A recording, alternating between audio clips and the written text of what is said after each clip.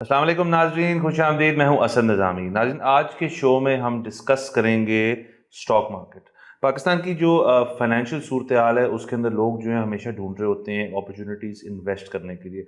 जिसे थोड़े बहुत पैसे कमा लिए हैं, हमेशा से बुजुर्गों का कहना है कि आप प्रॉपर्टी में लगाएं और प्रॉपर्टी में लगाएं और प्रॉपर्टी में लगाते रहें। लेकिन हमने देखा है स्टॉक मार्केट जिस तरह से परफॉर्म कर रही है उसके बाद से लोग स्टॉक्स में मूव किए हैं। अब ज़ाहिर मेरा तो इसके अंदर एक हद तक इल्म है जो मैं शेयर कर सकता हूँ आपसे, लेकिन obviously I am not an expert.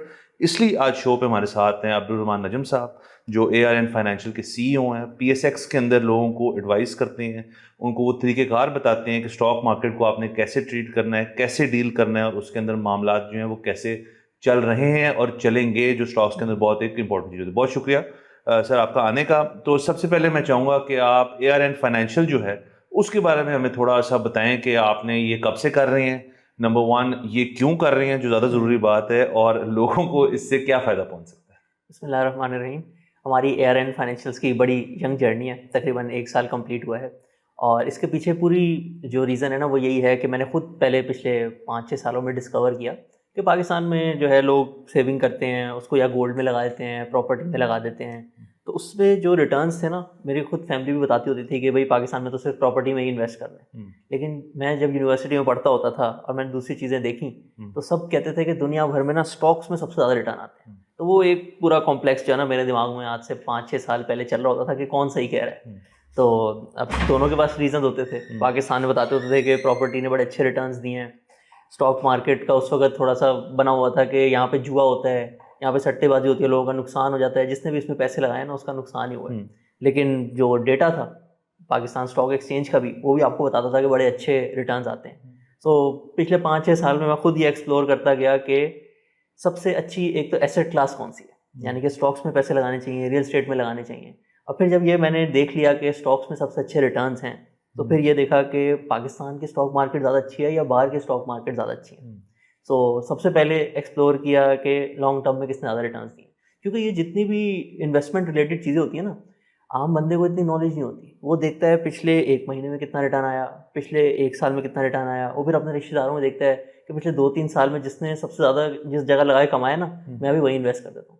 हालांकि इस सब चीज़ों में साइकिल्स होते हैं, कभी कोई चीज़ ऊपर जाती है। तो अगर आपने एक्चुअल में देखना हो ना कि लॉन्ग टर्म में आपको सेविंग्स कहाँ इन्वेस्ट करनी चाहिए, तो फिर आपने ना ज़रा लंबे टाइम का रिजल्ट देखना होता है।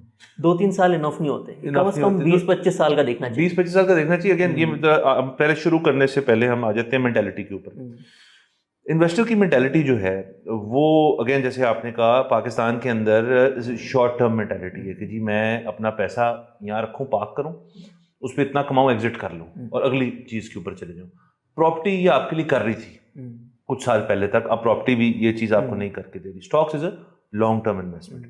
इन्वेस्टर मेंटालिटी को कैसे चेंज किया जा सकता है कि आप उनको, लोगों को कैसे बता सकते हैं कि आप इस प्रोडक्ट में डालेंगे तो लॉन्ग रन में आपको आपके शॉर्ट टर्म इन्वेस्टमेंट से ज़्यादा ही फायदा होगा। और ये अगेन आपके पास भी नंबर्स होंगे, स्टैट्स होंगे, इस चीज़ को प्रूव करते हैं।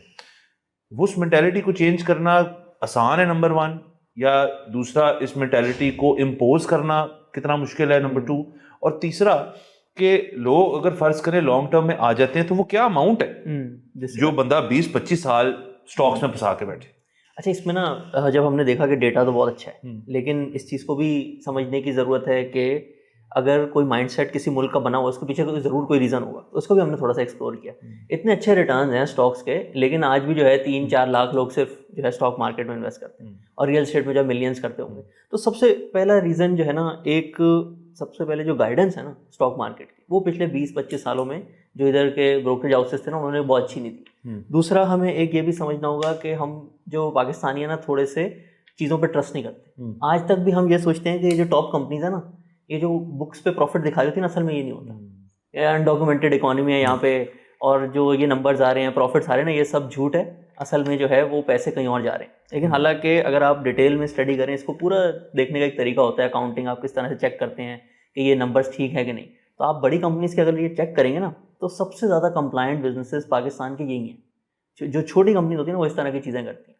दूसरा, फिर लोग सोचते हैं कि यहाँ पे तो पॉलिटिक्स का कुछ पता नहीं होता, प्राइम मिनिस्टर का कुछ पता नहीं होता, करेंसी का कुछ पता नहीं होता। तो जब ऐसी कोई चीज़ होगी ना, तो मैं किसी ऐसी चीज़ में इन्वेस्ट करता हूँ जो मेरे हाथ में हो।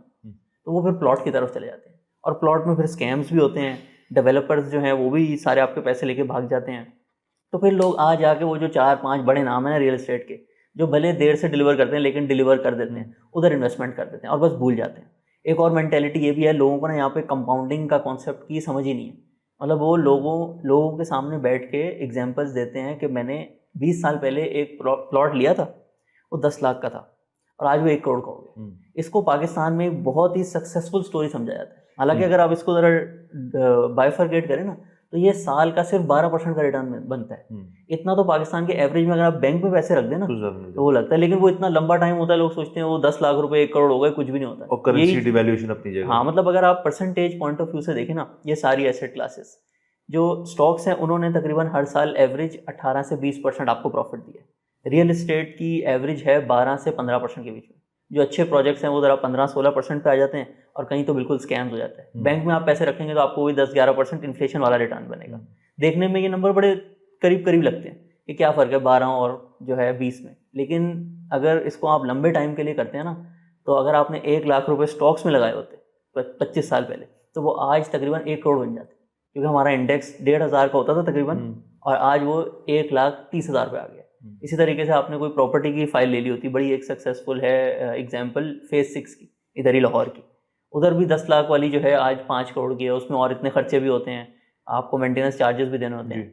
और गोल्ड में भी अगर आपने यही चीज़ की होती तो आपका 1 लाख जो है वो तकरीबन 40 और 50 लाख के बीच में होता। तो जब आप लॉन्ग टर्म में इन्वेस्टमेंट करेंगे तो सबसे ज़्यादा रिटर्न्स दुनिया भर में भी स्टॉक्स में आते हैं और पाकिस्तान में भी आते हैं। दूसरा इसके अंदर ये भी तो है कि फर्ज करें लोगों की एक मिसकंसेप्शन है स्टॉक्स के बारे में कि ये पैसा लिक्विड नहीं है, कि आपने स्टॉक्स में डाल दिया, फिर पता नहीं अगर मुझे पैसों की जरूरत है मैं बेचूंगा तो वो कैसे बिकेंगे, बायर होगा नहीं होगा, कंपनी टू कंपनी वेरी करता है। लेकिन मेरा अपना ख्याल है, आप भी प्लीज पे रोशनी डालें कि ये बात सच नहीं है। क्योंकि देखिए प्लॉट जब आपने लिया तो अगर फर्ज करें आपका प्लॉट जो है वो 2 कनाल का है, 1 कनाल का है, आप उसको मरला मरला करके नहीं बेच सकते। आपने पूरा पूरा प्लॉट बेचना है वो, और उसको आपको टोटल उसकी वैल्यू मिल जाएगी। अगेन ये भी तो कोई जरूरी नहीं है कि जी हर वक्त बायर बैठा हुआ है। मतलब ये होंडा टोयोटा करोला तो नहीं है ना जो आपने सुबह रखी हो शाम को बिक गई। प्लॉट के अंदर भी लवाजमात होते हैं, लेकिन स्टॉक्स के अंदर आप ये कर सकते हैं कि अगर आपका एक कंपनी के अंदर पोजीशन है जो कि एक्स नंबर ऑफ स्टॉक्स हैं, तो कोई आपको कह नहीं लगा पूरी पोजीशन अपनी आप लिक्विडेट करें, आप उसकी कुछ पोर्शन लिक्विडेट कर सकते हैं। और ये चीज़ की आपको अलाउंस है तो ज़्यादा लिक्विड तो स्टॉक मार्केट हुई। बिल्कुल, आपने जैसे बताया ना कि अब इसको थोड़ी इन्वेस्टिंग लैंग्वेज में अगर कहें ना, किसी भी एसेट क्लास को जब जज करते हैं ना, उसकी 3 चीज़ें देखते हैं। एक तो सबसे पहले देखते हैं ये रिटर्न कितना देती है, ठीक है, उसकी हमने ऑलरेडी बात कर ली। दूसरी चीज़ होती है इसके अंदर लिक्विडिटी और डिविजिबिलिटी, यानी कि कितनी आसानी से जो है कितने दिन में मुझे कैश मिल जाएगा। और अगर लेट से किसी के पास 50 लाख रुपए लगे हुए थे एक प्लॉट में और दूसरी तरफ उसके पास 50 लाख रुपए स्टॉक्स में लगे हुए थे, अब उसकी कोई मेडिकल इमरजेंसी हो गई, उसको 5-7 लाख रुपए चाहिए, जो प्लॉट है वो उसको पूरा बेचना पड़ेगा, वो डिवाइड नहीं हो सकता, वो पूरा बिकेगा। स्टॉक्स जो है आप 5 लाख के भी बेच सकते हैं, 6 लाख के भी बेच सकते हैं, 7 लाख के भी बेच सकते हैं और 2 दिन में आपके अकाउंट में पैसे आ जाते हैं। तो ये दूसरा वाला एंगल हो गया। थर्ड फिर होता है डाइवर्सिफिकेशन, कि अब ज़्यादातर लोगों के पास आज मुश्किल से, जिस तरह के पाकिस्तान के हालात हैं, 25-30 लाख 50 लाख की सेविंग होती है। अगर इसी को आप लेके रियल एस्टेट में जाएंगे, मुश्किल से आप 2 प्लॉट ले सकते हैं। बहुत ही अगर आपने 3rd टियर सिटीज़ में जाने लगे तो आपके 2 प्लॉट आ जाएंगे। स्टॉक्स जो है आप 15 कंपनीज के डिफरेंट ले सकते हैं। जितनी ज़्यादा कंपनीज होंगी उतना ज़्यादा रिस्क आपका कम हो जाएगा। कोई एक कंपनी अगर बैठ भी गई फिर भी आपका ओवरऑल रिटर्न जो है वो अच्छा आएगा। तो ये जो तीनों मैट्रिक्स है ना, रिटर्न्स, लिक्विडिटी और डिविजिबिलिटी, और थर्ड कि आप कम पैसों में डाइवर्सिफिकेशन कितनी कर सकते हैं, उन तीनों में स्टॉक्स जो है ना वो उसको डिज़ाइन इस तरीके से किया गया है कि हर कोई उसमें इन्वेस्ट करे और हर किसी का बराबर फायदा। अच्छा, ये जो आपने हर किसी की बात की, इस पर जरा हम एलैबोरेट करते हैं कि देखें, एक तो ब्लू चिप्स हो गए आपके जो कि बड़ी कंपनीज हैं, इसकी ज़रा शेयर प्राइस भी महंगी है, आप उसके अंदर कम वॉल्यूम ले सकते हैं। और फिर आपकी छोटे स्टॉक्स हो गए, छोटे स्टॉक्स से मुराद है जिनकी प्राइस अभी कम है लेकिन वो कंपनी नहीं होगी, अभी IPO हुआ है उसका, व्हाटएवर। अब इन्वेस्टमेंट एपेटाइट जो है, अगर आप बात करें उस शख्स की जो 20-25 साल से जो हम कहते हैं स्टॉक्स में खेल रहे हैं, वो खाने पे आजकल के दौर में अगर फैमिली में खाना हो तो वहाँ पे इक्का दुक्का होगा जो स्टॉक्स में खेल रहा है 25 साल से, ज़्यादातर होंगे जो प्रॉपर्टी में खेली जा रहे हैं। वो इन्वेस्टर जो अभी एंटर करना चाह रहा है, वो इन्वेस्टर जो अभी देख रहा है कि स्टॉक मार्केट ऊपर जा रही है, छक्के लग रहे हैं, तो ये पॉइंट है, मैं इसके अंदर मैं भी घुस जाता हूँ। लेकिन उसको आप एडवाइस करेंगे कि ब्लू चिप की सिक्योरिटी ले, या फिर वो अपना जो इन्वेस्टमेंट जो कैपेसिटी है, एपेटाइट है, उसका थ्रेशोल्ड है, उसको एक्सप्लॉइट करे और छोटी गेम में चले और वॉल्यूम ज़्यादा ले। तो ये इसका इक्विलिब्रियम, इसका मिडिल ग्राउंड क्या आता है? नहीं, इसका इक्विलिब्रियम तो बिल्कुल जो है ना, जो आपने पहली वाली बात की ना, उसकी तरफ होना चाहिए। कोई भी स्टॉक मार्केट में एंटर होने का सोचा, सबसे पहले तो वो देखे कि स्टॉक मार्केट की आउटलुक कैसी है, फिर कंपनी पे आते हैं। पहले तो ये देखते हैं कि स्टॉक मार्केट के भी आगे अच्छे एक दो साल में क्या रिटर्न एक्सपेक्टेड है। तो पाकिस्तान में ना आप जो पिछले 20-25 साल हैं उसको डिवाइड कर लें। एक ऐसा टाइम होता है पाकिस्तान का 3-4 साल का जिसमें ना करेंसी डिवैल्यू हो रही होती है, सही है, साथ जो है पॉलिटिकल टर्मोइल भी चल रहा होता है, उसके साथ साथ जो है ना आपके रिजर्व्स कम हो रहे होते हैं, इंटरेस्ट रेट आपके ऊपर जा रहे होते हैं, इसको कहते हैं बेयर मार्केट। ये सारी जो 3-4 चीज़ें हैं ना ये स्टॉक्स की प्राइसेस कम करते हैं। फिर दूसरा टाइम होता है जिसमें जो है आपका इंटरेस्ट रेट नीचे आ रहा होता है, आपका जो बजट बनता है उसके अंदर प्राइमरी सरप्लस भी होता है, यानी कि आपके खर्चे कम होते हैं और जो आपकी रेवेन्यू है ना वो बढ़ रहे होते हैं। इसके साथ साथ आपके इंटरेस्ट रेट नीचे आ रहे हैं, आपकी IMF के साथ जो है सारी चीज़ें ठीक हैं, यानी कि लोग आपकी इकोनॉमी पे ट्रस्ट कर रहे हैं। तो ये इसको कहते हैं बुल मार्केट फ्रेमवर्क। तो आजकल पाकिस्तान में वो चल रहा है। पिछले 2 साल से जो इतने अच्छे रिटर्न्स आ रहे हैं ना उसकी वजह यही है कि ये सारे इंडिकेटर्स जो है ना सही डायरेक्शन में जा रहे हैं। अब एक नॉर्मल बिजनेस होता है, आप जैसे सड़क पर भी कोई दुकान देख लें, अगर वो साल का 10 लाख रुपए कमा रहा होता है तो उसका जब कोई बायर आएगा वो समझता होगा कि मैं इसमें पैसे लगा के 10 लाख रुपए प्रॉफिट कमा सकता हूँ, वो बोली लगाएगा, कहेगा मैं ये दुकान जो है 1 करोड़ की खरीद लेता हूँ, 1 करोड़ लाऊंगा, मुझे 10 लाख हर साल प्रॉफिट आएगा। तो कंपनीज में भी बिल्कुल ऐसे ही होता है। कंपनीज में भी आपने देखना होता है कि वो जितना कमा रही है ना उसके हिसाब से उसकी प्राइस कितनी है। आपको याद होगा आज से ना 2-3 साल पहले मिफ्ता इस्माइल जब फाइनेंस मिनिस्टर होते थे उन्होंने एक बड़ी कंट्रोवर्शियल स्टेटमेंट दे दी थी कि पाकिस्तान स्टॉक एक्सचेंज में ना 5,000 का नोट 500 में मिल रहा है। तो उस पर बड़ी 1-2 साल तक तो स्टॉक मार्केट नहीं बढ़ी, तो बहुत उस पर वो हुई कि ये आपने कैसी गवर्नमेंट पास कर दिया। वो ठीक कह रहे थे उस टाइम पे। अगर एक नॉर्मल सी कंपनी 1,000 रुपये का प्रॉफिट कर रही थी ना, उसकी प्राइस चल रही थी 3,000 रुपये। इतना सस्ता हो गया था, लेकिन रिजर्व्स कम थे, डिफॉल्ट के खतरे थे, हालात खराब, डॉलर की प्राइस ऊपर जाती जा रही थी, तो कोई उसको टच करने को रेडी नहीं था। और अब इतनी जो बड़ी रैली आई है उसके बाद भी आज भी अगर एक कंपनी एवरेज उसका प्रॉफिट 1,000 रुपये है तो उसकी प्राइस चल रही है 6,000 रुपये पाकिस्तान स्टॉक मार्केट में। और पाकिस्तान की भी हिस्ट्री देख लेना तो ये एवरेज अराउंड 9 to 10 टाइम्स होता है, यानी कि अगर 1,000 रुपये प्रॉफिट तो इसकी फेयर वैल्यू होनी चाहिए 9,000 रुपये से 10,000 रुपये। तो उस पॉइंट ऑफ व्यू से जो आउटलुक है स्टॉक मार्केट की, इंटरेस्ट रेट नीचे आ रहे हैं, सब कुछ ठीक चल रहा है, बुल मार्केट फ्रेमवर्क ऑन है, तो इस टाइम में आप जो है ना 30% के अराउंड एवरेज रिटर्न आ जाता है। ओवरऑल 25 साल का एवरेज 18 से 20% है, लेकिन जब ये सारी चीज़ें अच्छी होती हैं तो 30% तक रिटर्न एवरेज आता है। जैसे चलिए मेरा सवाल वापस, जो younger invest first time investor वो बास्केट बना रहा है अपनी स्टॉक्स की, उसमें ज़्यादा क्वांटिटी होनी चाहिए ब्लू चिप्स की आप कह रहे हैं, या फिर उसके अंदर उसको और भी किस्म के भी स्टॉक्स रखने चाहिए, ये मेरा सवाल है। नहीं, जो देखिए इसमें है आप टाइम इन्वेस्टमेंट कितनी करना चाहते हैं। अगर तो आप सारी चीज़ें समझते हैं, आप डिफरेंट कंपनीज के बिजनेस मॉडल समझते हैं, तो फिर आप छोटी कंपनी भी अच्छी ढूंढ सकते हैं। लेकिन अगर आप टाइम इन्वेस्ट नहीं कर रहे, 99% लोग ऐसे इन्वेस्टमेंट करते हैं कि बस देख लिया थोड़ा बहुत और सुनी सुनाई बात के ऊपर, हाँ, तो फिर आपको बिल्कुल ब्लू चिप पे जाना चाहिए। आप इस तरह भी मत सोचें, एक इसका ना इंडेक्स बना हुआ है, लेट्स से आपने शरिया कंप्लाइंट इन्वेस्टिंग करनी है, एक इंडेक्स बना हुआ है KMI 30, उसमें टॉप 30 कंपनीज जो शरिया कंप्लाइंट है ना पाकिस्तान की सबसे बड़ी, उनकी लिस्ट है। आप उनमें से टॉप 15 देखें और थोड़ा बहुत उसको रिसर्च कर लें, उसमें से 10 कंपनीज का पोर्टफोलियो बना लें, आपको उससे नीचे जाने की ज़रूरत ही नहीं। जो छोटी कंपनीज होती है ना उसमें मॉनिटरिंग ज़्यादा होती है, उसमें रिस्क ज़्यादा होता है, वो फिर जो थोड़े एक्सपर्ट्स होते हैं जो सारी चीज़ों को समझते हैं वो उसमें इन्वेस्ट कर सकते हैं। एक एग्जांपल है पिछले 2 सालों की साजगार, एक छोटी सी कंपनी जो है वो 20x हो गई। तो अगर कोई उसका बिजनेस समझता था, देख रहा था इनकी गाड़ियाँ सेल हो रही हैं, वो उसमें इन्वेस्ट कर सकता है। लेकिन आम बंदे को इससे दूर रहना चाहिए, क्योंकि पता भी क्या होता है, जो छोटी कंपनीज होती है ना, लोग देखते हैं पिछले 1 महीने में इसका शेयर 100 से 200 हो गया, ठीक है, फिर वो थोड़ा सा वेट करते हैं नीचे आएगा, फिर जब वो 300 पे जाता है ना, बस फिर उनका वो जो पेशेंस लेवल खत्म हो जाता है, वो इन्वेस्ट कर देते हैं। फिर वो थोड़ा सा और ऊपर जाता है, फिर जब वो अपनी वैल्यू से ऊपर चला जाता है नीचे आने लग जाता है, फिर वो और इन्वेस्ट करते हैं उसके अंदर, डबल डाउन कर देते हैं। और फिर जो है ना एकदम से वो जब कंपनी बैठती है तो फिर वो कहते हैं कि स्टॉक मार्केट जो है स्कैम है। ये एक बड़ी नॉर्मल सी जर्नी है। एक कंपनी जो है वो तेज़ी से बढ़ रही थी, उसमें आपने भी थोड़े से ले लिए, फिर वो ऊपर गई, आपने और ख़रीद लिए, फिर जब वो नीचे आने लगी तो फिर आपका जो है वो लॉस हो जाता है। तो आप ये छोटी कंपनी से दूर रहें, छोटी कंपनी से दूर है, बिल्कुल ठीक है। अच्छा, दूसरा आपकी जो है ARN फाइनेंशियल, अब आपके पास जैसे एक बंदा आता है तो आपके उस शख्स से क्या सवालात होते हैं? आप उससे बैठते होंगे ऑब्वियसली, उनसे उनकी एक तो पूछते होंगे आप कितनी वैल्यू कितनी आप इन्वेस्ट करना चाह रहे हैं, नंबर 1। उसके बाद क्या देखते हैं? उनकी रिस्क एपेटाइट देखते हैं, उनको आप समझाते हैं क्या करना है क्या नहीं। मतलब एक शख्स, जैसे आपने कहा कि बंदा खुद रिसर्च करके स्टॉक मार्केट में रिसर्च करके जाना चाहिए, तो बंदा खुद भी कर सकता है रिसर्च। ARN फाइनेंशियल पे आने का आपको बेनिफिट क्या है? देखिए इसमें ना भाई, अगर आप लोगों से पूछेंगे भी ना कि आपने स्टॉक मार्केट में क्यों इन्वेस्ट नहीं किया, या उन्होंने अगर किया तो उनका लॉस क्यों हुआ, उसके 2 रीज़न है। एक होता है कि वो ये बुल मार्केट और बेयर मार्केट फ्रेमवर्क नहीं समझते, यानी कि उनको समझ नहीं आती कि कौन से 4-5 साल अच्छे होते हैं और कौन से फिर 2-3 साल बुरे भी होते हैं। उसके हिसाब से अपनी इन्वेस्टमेंट प्लान नहीं करते लोग। ज़्यादातर लोग जब फुल चीज़ें महंगी हुई होती हैं उस वक्त खरीद लेते हैं। और दूसरा होता है कि उन्होंने जिस कंपनी में इन्वेस्ट करना होता है ना, उसकी रिसर्च बिल्कुल नहीं की होती, यानी कि बस वो देख रहे होते हैं इसका शेयर है ऊपर जा रहा है और ख़रीद लिया। ये दोनों काम हम उनको करके देते हैं। हम किसी को भी नहीं कहते कि लेट से अगर आपके पास 50 लाख की सेविंग है ना, आप 50 लाख लगा दो। हम उनको ये भी नहीं कहते कि आप 25 लगा दो। हम उनसे कहते हैं आप आएँ, सबसे पहले हमने जो भी कंपनीज रेकमेंड की हुई है ना, उन सबकी वीडियोस बनी हुई हैं, आप वो वीडियोस देखें। आधे घंटे में कंपनी एक्सप्लेन हुई हुई है, आपकी कन्विक्शन बढ़ेगी। आपने खुद बनवाई हुई वीडियो? हाँ, ये हमारी टीम पूरी ने बना के हमारे जो ऑनलाइन पोर्टल होता है ना, उस पर रिकॉर्डेड होते हैं जिन कंपनीज में हम लोग इन्वेस्टमेंट रेकमेंड करते हैं। अभी बल्कि कुछ दिन पहले हम लोग का 1 साल कंप्लीट हुआ था, तो हम लोग ऐसे एक स्मॉल सा मीटअप भी कर रहे थे। उसमें ऐसे लोगों से पूछा कि कौन सी चीज़ आपको सबसे अच्छी लगी।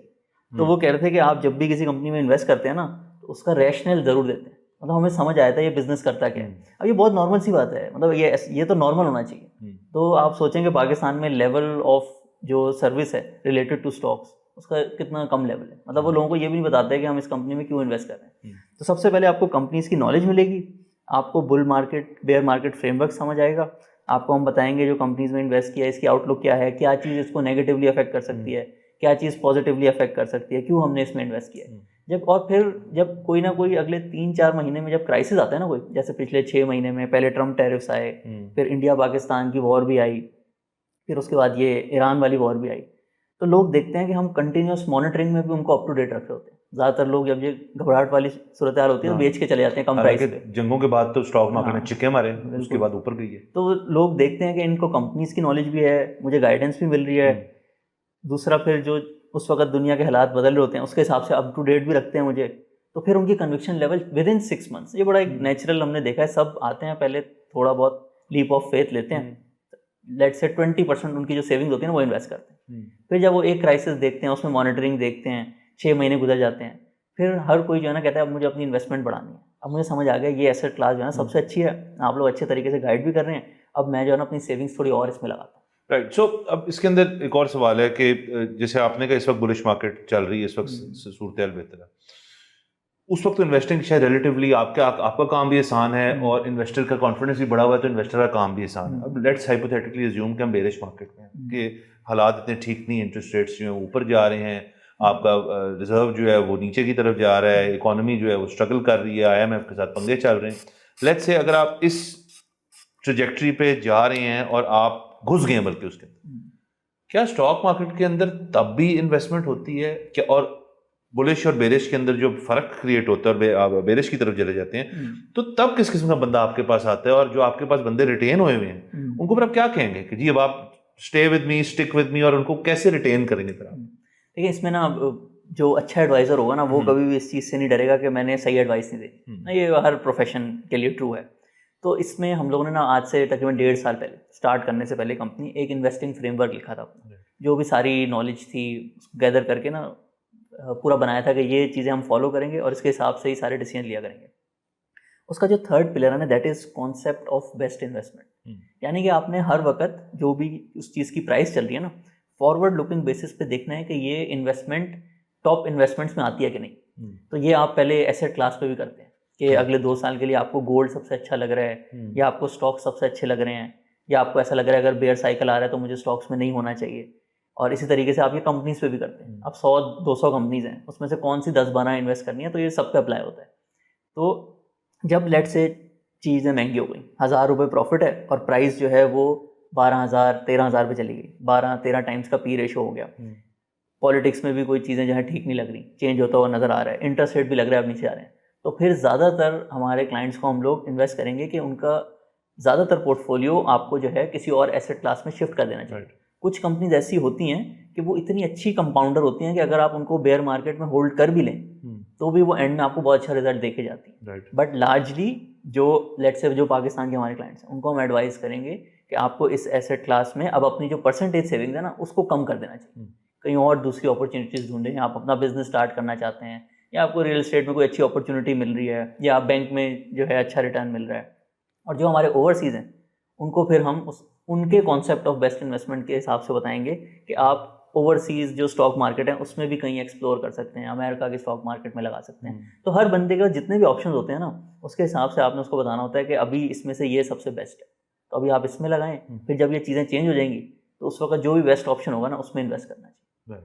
अच्छा, इसके अंदर ऑब्वियसली इतनी वास्ट एक किस्म की फील्ड, और जैसे आपने कहा कि आप जैसी कंपनीज के साथ लिएज करके लोग जो हैं वो अच्छी इन्वेस्टमेंट कर सकते हैं, तो एक इसके अंदर चेंज भी आया स्टॉक मार्केट में। पहले आपके स्टॉक्स, आपके फिजिकल स्टॉक्स होते थे आपके पास, पुरानी बात कर रहा हूँ, जो आपके पास मतलब वो आप किसी अलमारी में पड़े होते थे, कहीं और पड़े होते थे, दादाजी के चल रहे हैं, वो चल रहे हैं। फिर गवर्नमेंट ने और सब ने, स्टॉक मार्केट, SECP वगैरह ने CDC नुमा एक चीज़ जो है क्रिएट करती। तो हमारी ऑडियंस के लिए अगेन, जो इसमें शायद ये वीडियो देख के वैसे ही इंटरेस्टेड है इसके अंदर, तो CDC क्या है, क्यों है, और जब CDC इंट्रोड्यूस हुआ पाकिस्तान के अंदर तो उसके क्या बेनिफिट्स हैं अब एक इन्वेस्टर को?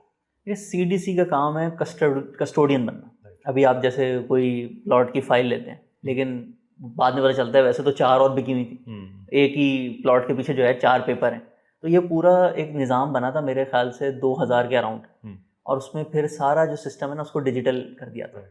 यानी कि ये हर 2 दिन के बेसिस पे जो है ना अपडेट होता है। आज आपने कोई ट्रांजैक्शन की ना, तो 2 दिन बाद आपके रिकॉर्ड में शो होगा कि ये शेयर अब इस बंदे के नाम पे है।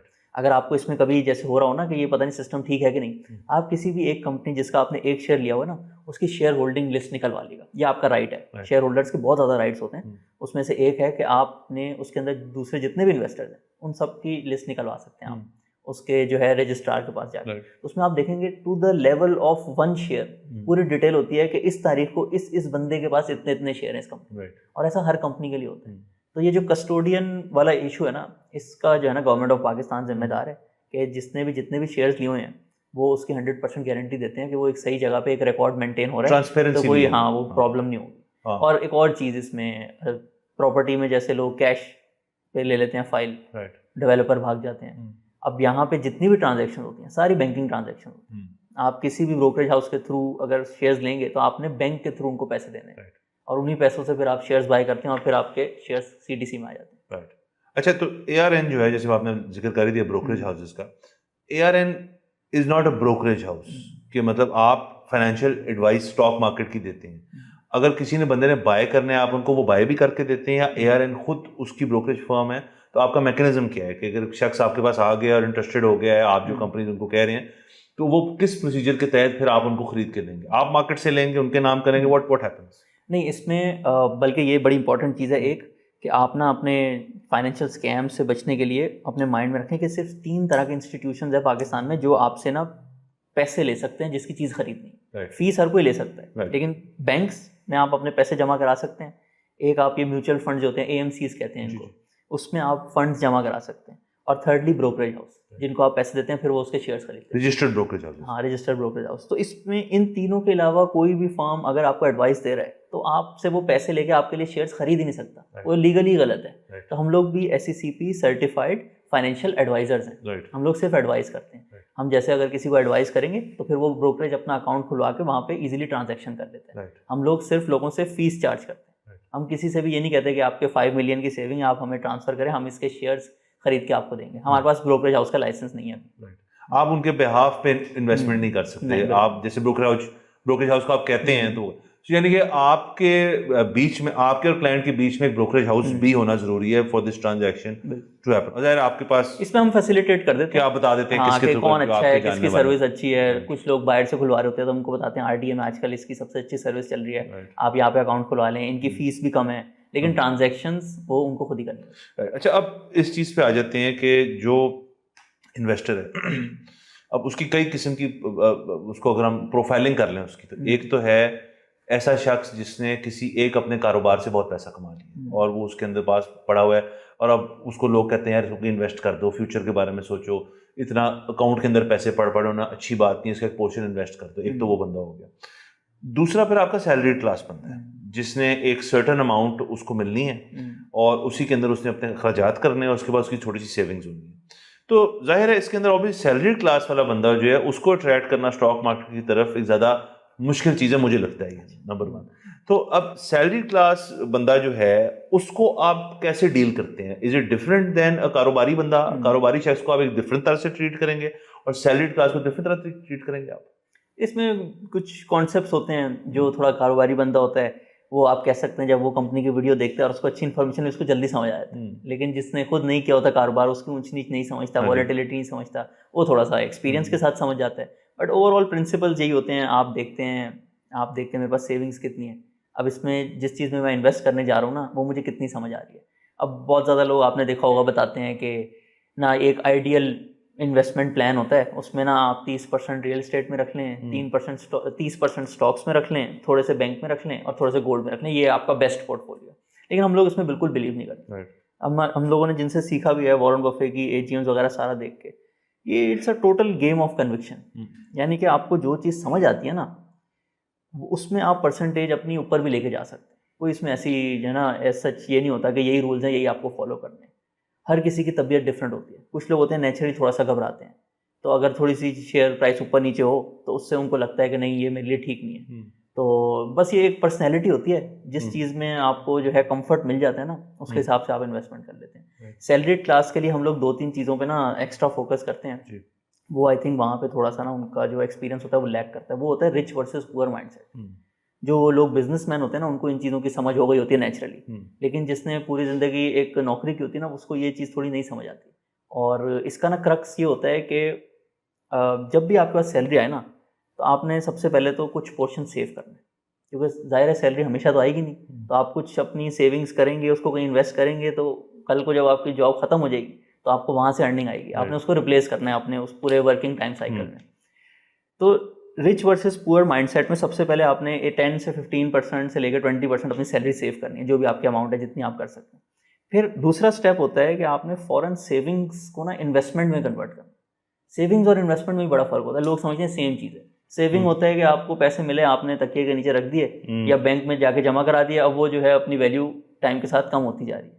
तो आपने सेकंड स्टेप पे फॉरेन सेविंग को कन्वर्ट करना है इन्वेस्टमेंट में। और इन्वेस्टमेंट में फिर आपने देखना होता है कि कौन सी एसेट क्लास सबसे अच्छी है। लॉन्ग टर्म में सबसे ज़्यादा अच्छी स्टॉक्स होते हैं, लेकिन कुछ टाइम पे अगर आपको जैसे लग रहा हो डिवैल्यूएशन होने वाली है, ऐसा लग रहा है, तो आप गोल्ड में भी इन्वेस्ट कर सकते हैं। तो फर्स्ट स्टेप देखो, सेविंग स्टार्ट करें। छोटी अमाउंट भी करेंगे उसका भी बड़ा इंपैक्ट आता है। एक जस्ट नंबर के लिए आपको बताता हूँ, अगर आप 10,000 रुपये भी सेव करने लग जाए ना हर महीने, और एक साल बाद लेट से आपकी सैलरी बढ़ी 10% से 11,000, आप हर महीने पहले साल में 10,000, दूसरे साल में 11,000, और इसी तरीके से जैसे जैसे आपकी सैलरी बढ़ती है उसको सेव करते रहें और इसको स्टॉक मार्केट में डालते रहें, और इसका जो एवरेज 18% का रिटर्न है हर साल का, तो ये इतनी ज़्यादा कंपाउंड हो जाती है कि बाय द टाइम आप रिटायर होंगे 25 साल बाद, वैसे तो लोग 25 साल से भी ज़्यादा काम करते हैं, लेकिन अगर आप 25 साल बाद भी रिटायरमेंट लेते हैं, लेट से आपने 22 साल की उम्र पे स्टार्ट किया और 47 पे आप रिटायर हो गए, तो ये जो 10,000 आपने हर महीने लगाए थे ना, ये बढ़ बढ़ के 10 करोड़ बन जाते हैं। और फिर उस 10 करोड़ से देखें आपको जो है हर साल 50 लाख का डिविडेंड आ रहा हो, तो आपने छोटी छोटी सेविंग्स करके जो है एक इतनी बड़ी अमाउंट गैदर कर ली, जो कि अब आपकी सैलरी को रिप्लेस कर सकते हैं। ये बड़ी फाइनेंशियल फ्रीडम इसको कहते हैं। बहुत अच्छी बात है और बेहतरीन। और अगेन और लोगों को उस पर करना चाहिए। अगेन मेरा वो बुलिश और बेरिश वाला सवाल यही था कि बेरिश मार्केट भी हो तो तब भी आपको अपना जो आपने माइंडसेट रखा हुआ है कि 10-11 हज़ार रुपये जैसे आपने कहा लगाने, वो लगाते रहने चाहिए। अच्छा, तो चले आपकी जो उसके बाद भी आप जाहिर है आप इनिशियल इन्वेस्टमेंट की एक एडवाइस दे के बंदे को छोड़ तो नहीं देते, वो तो फिर चलती रहती है ना एक एडवाइस कंटिन्यू। तो आपको कभी इस तरह फोन आया कि अब्दुलरहमान मराता तुसी कि मतलब ये मैं डूब गया, मैं लुट गया, तो आप इस मतलब बड़ी हैंडलिंग भी होती होगी एक क्लाइंट की कि जी एकदम से एक डिप आया है पॉइंट्स के अंदर, या एक स्टॉक जो है वो बिल्कुल कोलैप्स करने के लिए, तो आप वैसे लोगों को कैसे हैंडल करते हो? जाहिर है उनकी तो एक बुनियादी नॉलेज है ना, आप तो सारा दिन बैठ के देख रहे होते हैं कि ये कंपनी ऐसा क्यों कर रही है, इट विल बाउंस बैक, या तो आप ऐसे लोगों को कैसे डील करते हैं जिनको लगता है कि हमारी सारी जमा पूंजी जो है वो खत्म होने लगी है? इसमें फर्स्ट ना जो हमारा पहला वाला प्रिंसिपल था ना, जब भी किसी चीज़ में इन्वेस्ट किया, जब आपने उसका पूरा रैशनल समझाया, तो उसमें नेगेटिव पॉइंट्स भी होते हैं। तो आप लोगों को बताते हैं कि कुछ नेगेटिव चीज़ें भी हो सकती हैं जो कि आउट ऑफ योर कंट्रोल होते हैं, जिसकी वजह से शेयर नीचे जा सकता है, और अगर कोई ऐसा हुआ तो हो सकता है वो परमानेंट हो और हो सकता है टेम्परेरी हो। हम उनको बताते हैं कि अगर कोई बहुत नेगेटिव चीज़ होगी तो हम एक्शन लेंगे, ठीक है। फिर हमारी मंथली कॉल्स होती हैं इसमें, सिर्फ ऐसे नहीं होता कि जैसे एक कोई लेटर लिख के दे दिया 1 पेज का कि इस मंथ में ये आया, उससे तो कुछ किसी को समझ नहीं आएगा। तो हर महीने मंथली कॉल होती है और तकरीबन 4 घंटे चलती है। अच्छा। हाँ, उसमें हमने रूल बनाया हुआ है। मतलब हमने देखा है कि स्टॉक मार्केट में लोग इसलिए इन्वेस्ट नहीं करते कि एक तो नॉलेज नहीं है, दूसरा फिर गाइडेंस नहीं है, और कन्विक्शन नहीं है। कम्युनिकेशन बहुत लैक करती है पाकिस्तान की, जितनी भी ये जो एडवाइस करते हैं ना स्टॉक मार्केट पर, बात ही नहीं करते उसके बारे में डिटेल में। मतलब आप खुद देखें, इंडिया पे कितना ज़्यादा कंटेंट बनता है स्टॉक से रिलेटेड, एसआईपी से रिलेटेड, कैसे इन्वेस्टमेंट प्लान बनाना है। अब जाके पिछले 1 साल में कुछ यूट्यूब चैनल जो हैं इस पे बात करना शुरू हुए हैं। तो हमने तो ये रूल बनाया हुआ है कि जो मंथली कॉल होगी ना, उसमें हर बंदा आ सकता है, जितने सवाल उसने करने हैं, जब तक सारे सवाल नहीं खत्म हो जाएंगे ना, कॉल खत्म नहीं होगी। और इसमें क्योंकि ज़्यादा लोग होते हैं तो कलेक्टिव विजडम का फ़ायदा हो जाता है। 30-40% लोग ही आते हैं, बाकी जो है वो सिर्फ इतने ज़्यादा लोग हैं कि वो वही लोग सारे क्वेश्चंस जो है वो कर लेते हैं। तो उसमें बिल्कुल इस तरह के एक्सपीरियंसेस हुए हैं। ओवरऑल लेवल पे नहीं हुए क्योंकि बहुत अच्छे रिटर्न्स आ रहे हैं, कंपनी लेवल पे होते हैं। कुछ कंपनीज होती हैं उनमें नेगेटिव डेवलपमेंट हो जाती है। आज से 8-9 महीने पहले आपको याद होगा जब IPPs की रीनेगोशिएशन शुरू हुई थी, बिल्कुल। तो बिल्कुल एकदम से जो है वो बिजनेस मॉडल ही बदल गया। हाँ जी। एक कंपनी अगर 1 अरब रुपए उसको प्रॉफिट मिलता हो 10 साल का, वो 0 कर दिया गवर्नमेंट ने। तो आपको फिर एक्सपेक्शन लेना होता है, लोगों को समझाना होता है कि हमने जब इसमें इन्वेस्ट किया था, ये कंपनी हमें लेट से 4 अरब रुपए की मिल रही थी और 1 अरब प्रॉफिट होता था, बड़ी अच्छी प्राइस पे हमने खरीदी। लेकिन अब गवर्नमेंट ने ऐसा किया है कि उसका प्रॉफिट 0 हो गया। तो अब अगर ये 3 अरब पे भी है तो भी हमें इसको सेल करना है। अब इसकी वैल्यू ही खत्म हो गई है। तो लोगों को समझाते हैं कि हमने ट्रैक करना है 2 चीज़ों को, एक प्राइस क्या चल रही है और इसकी फेयर वैल्यू क्या है। अब फेयर वैल्यू जो है ना वो चेंज होती रहती है डेवलपमेंट्स के साथ, ऊपर भी जाती है नीचे भी जाती है। हमने बस ये देखना होता है जब अगर कोई चीज़ अपनी फेयर वैल्यू से कम प्राइस पे मिल रही हो तो हमने उसको बाय कर लेना है। और अगर कोई भी ऐसी डेवलपमेंट हो जिससे उसकी फेयर वैल्यू बहुत ज़्यादा कम हो गई है तो हमने बैठे नहीं रहना 5 साल इंतजार करें। मैंने तो 20 रुपये का लिया था, अब 18 का हो गया, जब तक ये मुझे लॉस खत्म नहीं होगा ना मेरा बेचूंगा ही नहीं। इस तरह नहीं सोचना होता, बिल्कुल फॉरवर्ड लुकिंग बेसिस पे सोचना। इसको ये जो आपने ये वाली मेंटालिटी है ना कि जब तक ये अपनी प्राइस तक नहीं आएगा तब तक मैं राजी नहीं होऊंगा, इस पे आते हैं हम और उसको हम लिंक कर देंगे प्रॉपर्टी के साथ भी। लेकिन सबसे पहले ARN फाइनेंशियल जो है, अब जाहिर है आप एक मुश्तरका पैकेज तो नहीं देते होंगे ना लोगों को, लोग आपकी सर्विसेज ले रहे हैं, उसके अंदर कॉस्ट अटैच्ड है।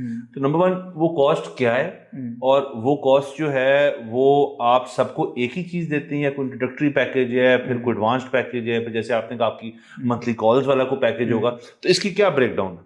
अच्छा, इसमें फर्स्ट तो हम लोग एक फाइनेंशियल लिटरेसी इंप्रूव करने के लिए, लेट से किसी को कोई नॉलेज नहीं है स्टॉक्स क्या होते हैं या उसने थोड़ा बहुत पढ़ा है, वो अपने आप को इंप्रूव करना चाहता है, तो एक एजुकेशन रिलेटेड हमारा प्रोडक्ट है इन्वेस्टिंग मास्टर क्लास।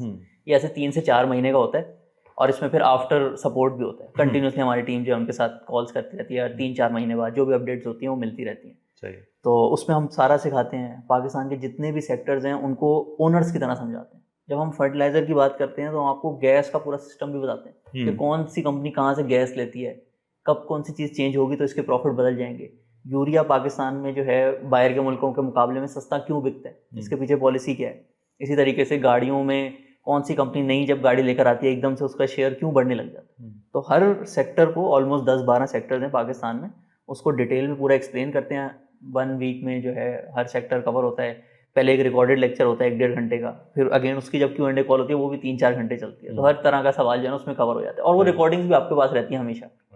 फिर हम लोगों के एडवाइजरी पैकेजेस आ जाते हैं, उसमें हम आपको बताते हैं कि हमारे हिसाब से बेस्ट कंपनीज कौन सी, कंटिन्यूस बेसिस। इसमें फिर ईयरली पैकेज हैं, कुछ ऐसे हैं अगर आपकी लेट से इन्वेस्टमेंट 5 मिलियन के अराउंड है तो वो एक इंट्रोडक्टरी पैकेज है, मंथली कॉल उसमें भी होती है। फिर जिन लोगों की थोड़ी इन्वेस्टमेंट साइज ज़्यादा होती है वो खुद भी थोड़ा थोड़ा कंपनीज के बारे में पढ़ रहे होते हैं, वो और ज़्यादा डिस्कशन करते हैं, तो उनके लिए एक और हमने वैल्यू एडेड जो है पैकेज बनाया हुआ है जिसमें थोड़े और फीचर्स होते हैं। बट ओवरऑल कंपनीज दोनों में सिमिलर। आप कह रहे हैं कि लोगों की जो इन्वेस्टमेंट अमाउंट है उसके हिसाब से आपके पैकेजेस हैं कि जो अगर आप 5 मिलियन लगाएंगे तो हम लोगों को गाइड करते हैं कि आपने ना 3 से 4% से ज़्यादा फीस नहीं देनी। राइट। वो भी पहले साल में। पहले साल में तो जो आप बहुत सारी चीज़ें सीखते हैं ना, तो आप एक दफ़ा थोड़ी सी ज़्यादा फीस देते हैं। दूसरे साल में जाके तो आपको इसको कोशिश करना चाहिए 2%, 2.5% से नीचे लेकर आए। 2.5% of portfolio size, not on earning, not on earning, not आपके जो पोर्टफोलियो साइज। ठीक है, ओके। अच्छा, अब हम उस चीज़ पे आ जाते हैं कि जो आपने कहा जैसे एक शख्स का 20 रुपए का शेयर था वो 18 का हो गया तो वो 20 को चेस करता रहेगा। अब ये बिल्कुल एक मेंटालिटी है जो हमने प्रॉपर्टी में अनफॉर्चुनेटली बहुत ज़्यादा देखते हैं हम। ख़ास तौर पे आज जो प्रॉपर्टी मार्केट जो है वो डाउन है, स्टॉक मार्केट ऊपर है। तो अब स्टॉक मार्केट के अंदर जैसे सब कहते हैं जी खबर टिकर चल रहे होते हैं स्टॉक मार्केट में, इतने पे क्लोज हुई, इतने पे क्लोज हुई। उसकी बहुत सारी वजूहत हैं। एक तो आपका इंटरेस्ट रेट नीचे होने की वजह से लोग बैंकों से पैसा निकाल रहे हैं आप, क्योंकि आपको इतना वहाँ पे नहीं मिल रहा और अब आप स्टॉक मार्केट में डाल सकते हैं। एक तो वो वजह हो सकती है। दूसरा, प्रॉपर्टी के अंदर भी लोग जो हैं, क्योंकि ये एक हवा है, एक इस तरह की कि प्रॉपर्टी के अंदर आपको एक तो प्राइसेस ऊपर नहीं जा रही और दूसरा जब आप रख के बेचना चाहेंगे तो आपको शायद बायर भी नहीं मिल रहा मार्केट के अंदर। एक ये वजह हो सकती है। तो क्या यही वजूहत हैं जिस वजह से स्टॉक मार्केट जा रही है कि जी इंटरेस्ट रेट कम हो और प्रॉपर्टी जो है वो बुरा परफॉर्म करना शुरू होगी, या और भी कोई वजूहात हैं कि स्टॉक मार्केट इतनी ऊपर जा रही है? इसमें ना डिफरेंट वजूहात हैं। आप कह सकते हैं स्टॉक मार्केट की ना एक स्प्रिंग एनालॉजी होती है। स्टॉक मार्केट ना एक स्प्रिंग की तरह बिहेव करती है। ये वॉरेन बफे के टीचर होते थे 1930s 40s से, जिनसे उन्होंने सीखा, उन्होंने एक बनाया और इसका कॉन्सेप्ट। तो कहते हैं ये स्प्रिंग जो है ना, कभी कभी जब लोग डिप्रेस्ड होंगे, मुल्क के हालात अच्छे नहीं होंगे, तो फुल जो है ना इसको स्क्वीज कर दिया जाएगा, फिर ये अपनी नॉर्मल पोजीशन पे वापस आएगा। इसने वापस आना है, क्योंकि जो बिजनेस है ना वो एवरेज हर साल अपना प्रॉफिट बढ़ाएगा ही बढ़ाएगा। इन्फ्लेशन होती है, प्रोडक्ट की प्राइस बढ़ जाती है, चीज़ें महंगी हो जाती हैं, उनका प्रॉफिट बढ़ जाता है। फिर उन्होंने जो पूरा प्लांट लगाया होता है वो भी डॉलर में इंपोर्ट हुआ होता है, उसकी भी वैल्यू बढ़ती रहती है टाइम के साथ साथ। तो ये सारी ह्यूमन साइकोलॉजी होती है जो कि इस स्प्रिंग को कभी बहुत कंप्रेस कर देती है, और कभी जब बहुत अच्छे हालात होते हैं, जैसे 2016-17 में थे, इंटरेस्ट रेट 5% पे आ गए थे, तो लोग किसी भी प्राइस पे स्टॉक्स जो है ना खरीदने को रेडी थे। तो फिर वो जो स्प्रिंग है ना वो एक तरह से एक्सटेंड हो जाता है। तो यही रीज़न, जैसे वो मिफ्ता इस्माइल कहते थे कि 5,000 वाला नोट जो है ना वो 500 का मिल रहा था, ये एक रीज़न है। इंटरेस्ट रेट का आपने बहुत सही बताया। प्रॉपर्टी से रिलेटेड जो 3-4 चीज़ें हुई हैं ना, थोड़ा सा एक स्ट्रक्चरल प्रॉपर्टी इतना बुरा क्यों परफॉर्म कर रही है? हाँ, इसके 2-3 जो रीज़न है ना, एक तो सबसे पहले आप देखें कि बायर नहीं होने की वजह ये है कि जो लोकल लोग, सैलरीड क्लास थे, जो नेचुरल डिमांड आती थी, उन सब की परचेसिंग पावर कम हो, बजट की वजह से। हाँ, बजट की वजह से, इन्फ्लेशन की वजह से, टैक्सेस की वजह से। दूसरे बायर्स होते थे ओवरसीज पाकिस्तान, उनका जो पिछले 3 साल का एक्सपीरियंस रहा है ना, रुपीज़ में प्रॉपर्टी की वैल्यू गिर गई, और अगर फॉरेन करेंसी में देखें तो वो आधे से भी कम हो गई। तो उनका भी बहुत ज़्यादा दिल उससे उठ गया। अभी जब तक रिकवरी नहीं आएगी ना, ओवरसीज तो कोई इन्वेस्ट करेगा ही नहीं। वो बल्कि सोच रहे हैं कि हम अपना ये जो प्लॉट्स है ना, इसको किसी तरीके से बेचें और कहीं और लगाएं। तीसरा, फिर आज से कोई 4-5 साल पहले FBR के रेट्स जब आए थे, तो उससे जो है फिर एक वाइट मनी वाला कॉन्सेप्ट भी आ गया कि आपके पास इतनी वाइट मनी होनी चाहिए, फिर ही जो आप इन्वेस्ट कर सकते हैं। उससे भी कुछ इन्वेस्टर जो है ना वो दूर हटे। तो ये सारी चीज़ें हैं जिसकी वजह से, और एक अब मुझे लगता है थोड़ा थोड़ा लोगों को समझ भी आने लग गया। आई थिंक पहले लोगों को बताया ही नहीं जाता था। अब आप खुद, ये जो यंग जनरेशन है ना, ये अब ये देखें, गाड़ी लेने के फैसले और प्लॉट कहाँ पे लेना है, अब ये थोड़ा थोड़ा जो यंग जनरेशन है ना उनका भी इन्फ्लुएंस आने लग गया। पहले कोई नहीं पूछता होता था, घर के जो लेट से यूनिवर्सिटी जाने वाले बच्चे होते थे, या जिन्होंने नई नई जॉब शुरू किया, कि आपका क्या ख्याल है। लेकिन अब इन सारे बच्चों ने जो है ना रिसर्च की हुई है, इन्होंने देखा हुआ है सारा डेटा, तो अब थोड़ा सा ना माइंडसेट चेंज हो रहा है कि दूसरी जगहों पे रिटर्न ज़्यादा है। हाँ, सॉरी, अच्छा, जो आपका ये वाला पॉइंट है, इसके अंदर मैं ऐड करता हूँ, एक ये भी वजह मुझे लगता है प्रॉपर्टी की, कि इसके साथ ना इसको मिसट्रीट भी बहुत किया गया है। जो भी कमोडिटी होती है, जो भी चीज़ होती है, मतलब एक बंदा जो बिस्किट बनाता है, उस बिस्किट का एक एंड यूज़र है जिसने उस बिस्किट को खाना है। प्रॉपर्टी का यहाँ पे एंड यूज़र वो बंदा है जिसने वहाँ घर बना के उसमें रहना है। अनफॉर्चुनेटली यहाँ पे वो चीज़ चेंज हो गई मतलब क्योंकि प्रॉपर्टी के अंदर मुझे तो ये नहीं पता था, उसने मुझे टेक्स्ट मैसेजेस नहीं आते, उसके अंदर एक मैसेज आया कि जी एक फाइल मिल रही है, एक अनसक्सेसफुल फाइल होती है वो मिल रही है, अनबैलेटेड फिर प्लॉट मिल रहे हैं, फिर कॉर्नर प्लॉट, पता नहीं क्या क्या उन्होंने इतनी चीजें बना ली हैं। और आई थिंक ये भी बहुत बड़ी वजह है कि जिसकी वजह से इन्वेस्टर कॉन्फिडेंस जो है वो प्रॉपर्टी से कम होकर स्टॉक्स में मूव हुआ है, क्योंकि स्टॉक्स में ये वाली खिचकिच नहीं है। क्योंकि यहाँ पे देखें जी, एक बंदा फाइल लेके फिर रहा है पता नहीं कितनी देर से, जी उस फाइल के ऊपर स्पेकुलेशन हो रही है। और अगेन मेरा अपना ख्याल है कि अगर आप सिर्फ लाहौर की बात करें या पंजाब की बात करें, तो यहाँ पे तो अभी जितनी हॉरिजॉन्टल आपने ग्रोथ अभी और भी कर सकते था, रकबा भी और मौजूद है, तो यहाँ पे तो इतने लोग ही नहीं है शायद घर लेने वाले। और प्लस एंड में जिस बंदे ने रहना है जाके उसके अंदर, घर के अंदर, वो सैलरी क्लास टाइप बंदा होगा, आपने कहा उसकी परचेजिंग पावर नहीं है। तो ये भी एक बहुत बड़ी वजह है व्हिच आई थिंक कि प्रॉपर्टी को आपने टेंट कर दी है। मेरा अपनी भी जो एक्सपीरियंस है, जब मैंने स्टार्ट किया तो ये 3-4 बातें बताई गई कि एक जो है पाकिस्तान में प्रॉपर्टी में सबसे ज़्यादा रिटर्न आते हैं, जो स्टॉक मार्केट है वहाँ पे स्कैम्स हो जाते हैं, लॉस हो जाएगा, कंपनीज जो है सही तरीके से अपनी चीज़ें शो नहीं करती। फिर एक जब मैं बायर का थोड़ा समझ लिया ना, मैंने बहुत ज़्यादा वॉरेन बफे की पुरानी एजीएंस देखी, तो जब मैंने सबको ये बताया कि नहीं स्टॉक्स जो है ना उसमें आप ओनर्स बन जाते हैं बिजनेस के, उसके साथ इक्वल पार्टनर होते हैं, जो उनको डिविडेंड मिलता है आपको भी वही मिलता है। तो एक लास्ट चीज़ आई कि ये सब चीज़ें पाकिस्तान पे अप्लाई नहीं होती, तो वो भी आप करके देखें। मैं खुद, मतलब I have never worked in any institution, मैं खुद घर बैठ के ये सारी रिसर्च की कि कौन सी कंपनी कैसे चलती है। कॉर्पोरेट ब्रीफिंग्स होती हैं, आप सोचें आप किसी अपने दोस्त के साथ किसी बिजनेस में अगर पार्टनरशिप करते हैं, आप 6 महीने बाद डिस्कस करते होंगे, आपको तब भी सही तरीके के अकाउंट्स नहीं मिलते होंगे। लेकिन स्टॉक मार्केट पे हर 3 महीने बाद अगर आपको सही से पढ़ना आता हो, हर कंपनी आके अपने अकाउंट्स डिस्क्लोज करती है, आप उसको पढ़ें, खुद देखें कंपनी कहाँ जा रही है। इससे ज़्यादा ट्रांसपेरेंट और स्कैम फ्री चीज़ क्या हो सकती है? ऑप्शन भी इतने ज़्यादा हैं, एक कंपनी आपको समझ नहीं आ रही, आप दूसरी में कर लें। और हाउसिंग सोसाइटीज और प्लॉट्स का लेने तो हाउसिंग सोसाइटी कटना शुरू हो जाती है बस। आप एक दिन सुबह उठते हैं, आपके घर के बाहर होर्डिंग लगी होती है जी फलाना न्यू टाउन बन रहा है वहाँ पे, अब उसके अंदर ढेर सारे हमें पैसे दे दें और अभी ले लें क्योंकि आगे जाके पहुंचे। अब लोग आई थिंक इस चीज़ में मानते नहीं है, नंबर वन। दूसरा, अगर आप प्रॉपर्टी और ऑटो मार्केट, जैसे अभी आपने साजगार का जिक्र किया, एक बहुत बड़ी सक्सेस स्टोरी है। अभी रिसेंटली तमाम जो साजगार मॉडल्स बनाता है वो सारे बाकी जो थे, किया हो जाए और बाकी हो जाए, उन्होंने अपनी जो इस बजट के अंदर ग्रीन लेवी और बाकी टैक्सेस लगाए जिसमें डोमेस्टिक मार्केट में गाड़ियां ऊपर गई हैं। साजगार वालों को आगे के यार हम इसको अब्जॉर्ब करेंगे, हम पास ऑन नहीं करेंगे। अब ये कितनी इन्वेस्टर सेंटिमेंट इससे कितना बढ़ेगा। मतलब अगर फर्ज करें आप उस कंपनी की इस हरकत की वजह से एक इन्वेस्टर नहीं है, आप खुश होंगे यार ये कितनी अच्छी कंपनी है, मैं इसके अंदर पैसे डालता हूं। तो ये चीजें भी बड़ी मैटर करती हैं, जाहिर है आप भी फिर लोगों को आगे बताते होंगे। लेकिन यहाँ पे एक बहुत बड़ा मसला है जो मैं आपसे भी डिस्कस करना चाहता हूँ कि यहाँ पे हर शख्स जो है वो चीज खरीदता है उसको इवेंचुअली महंगी बेचने के लिए। ये मेंटालिटी मुझे आज तक, यहाँ पे गाड़ियों की पूरी मार्केट जो थी वो इस चीज पे मबनी थी कि जी गाड़ी लेंगे, पाकिस्तान में तो गाड़ियां महंगी होती हैं, जितने की आप लेंगे 5 साल बाद बेचेंगे आपकी महंगी बिकेगी और उतने की तो बिक जाएगी।